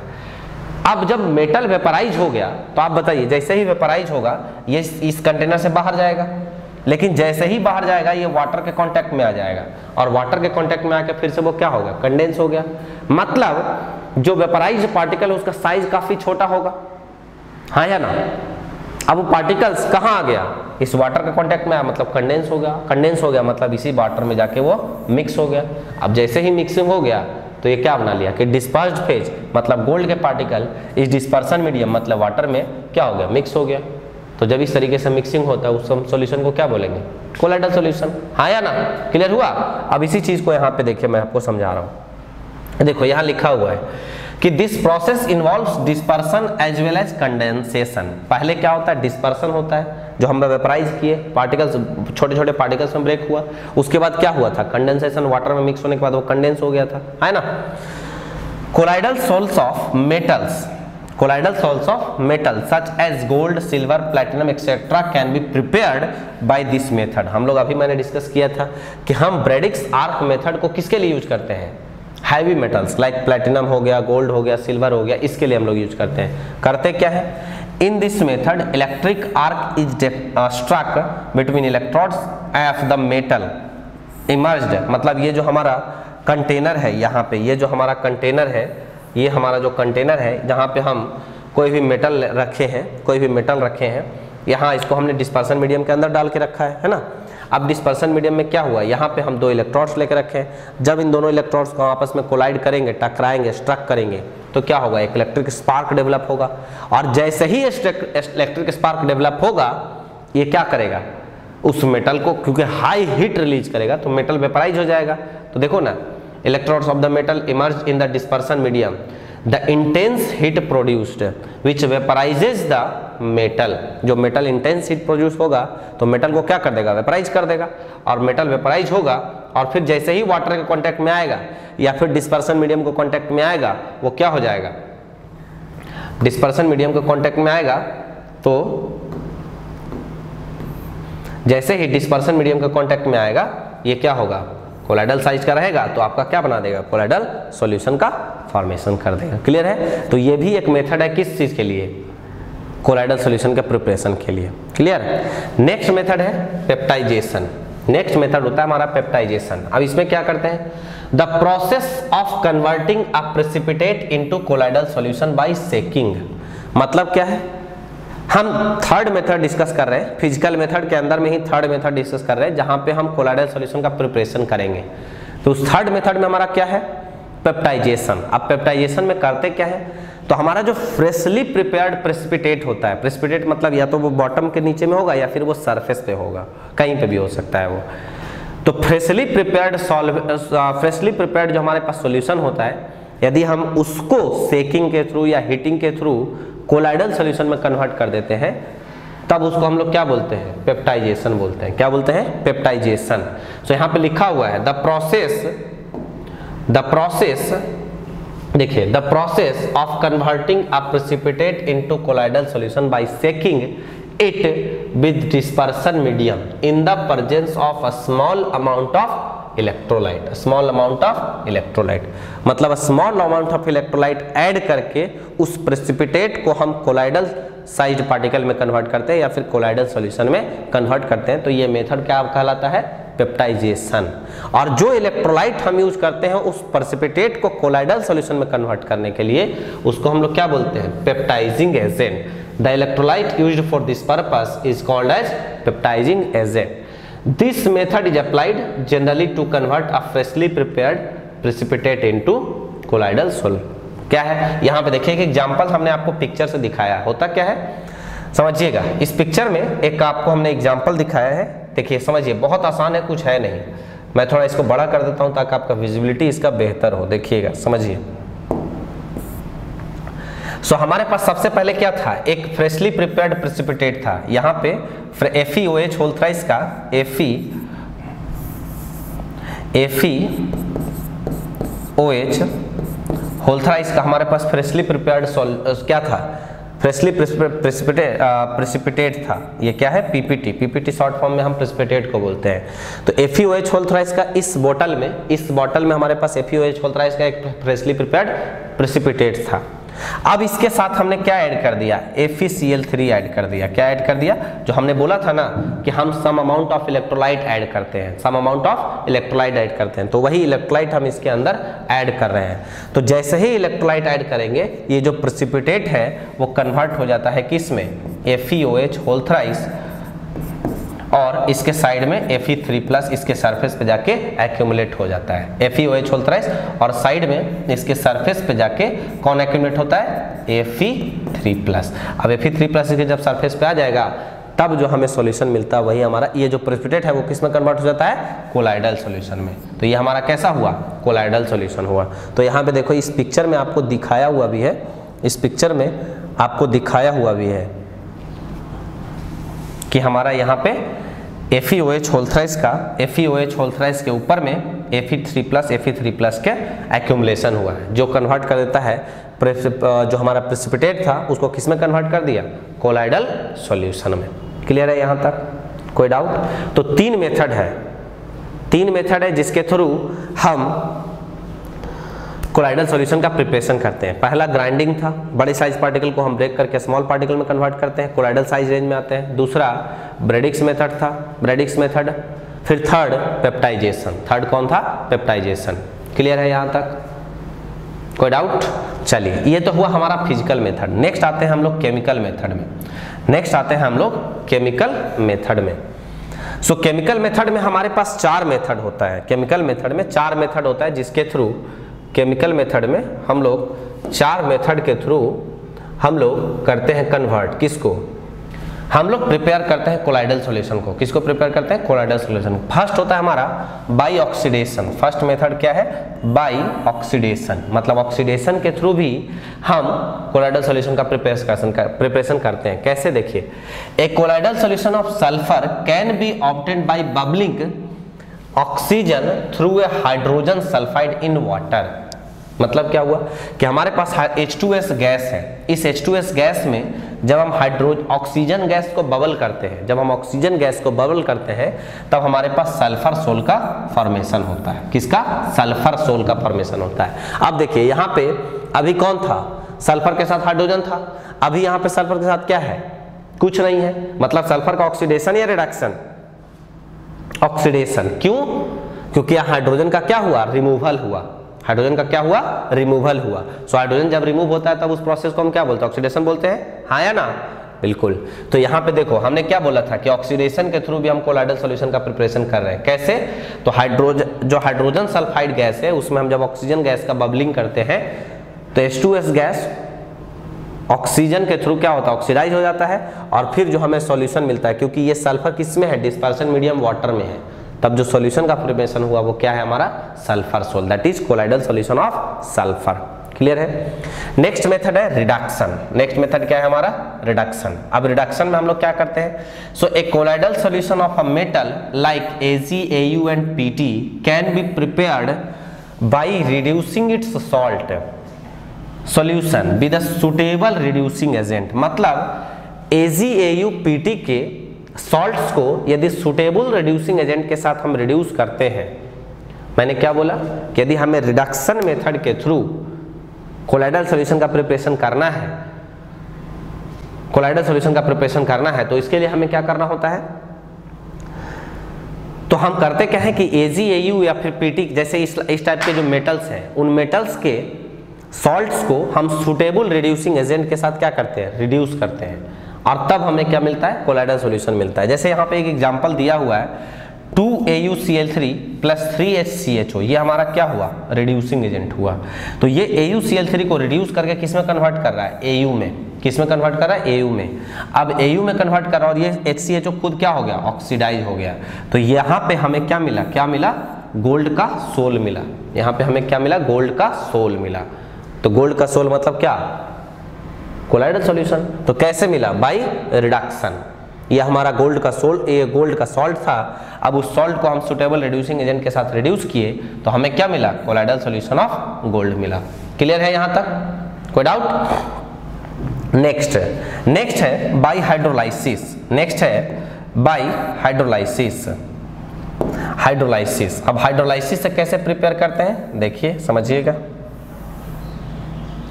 Bye hydrolysis. हाइड्रोलाइसिस से कैसे होता है? देखिए,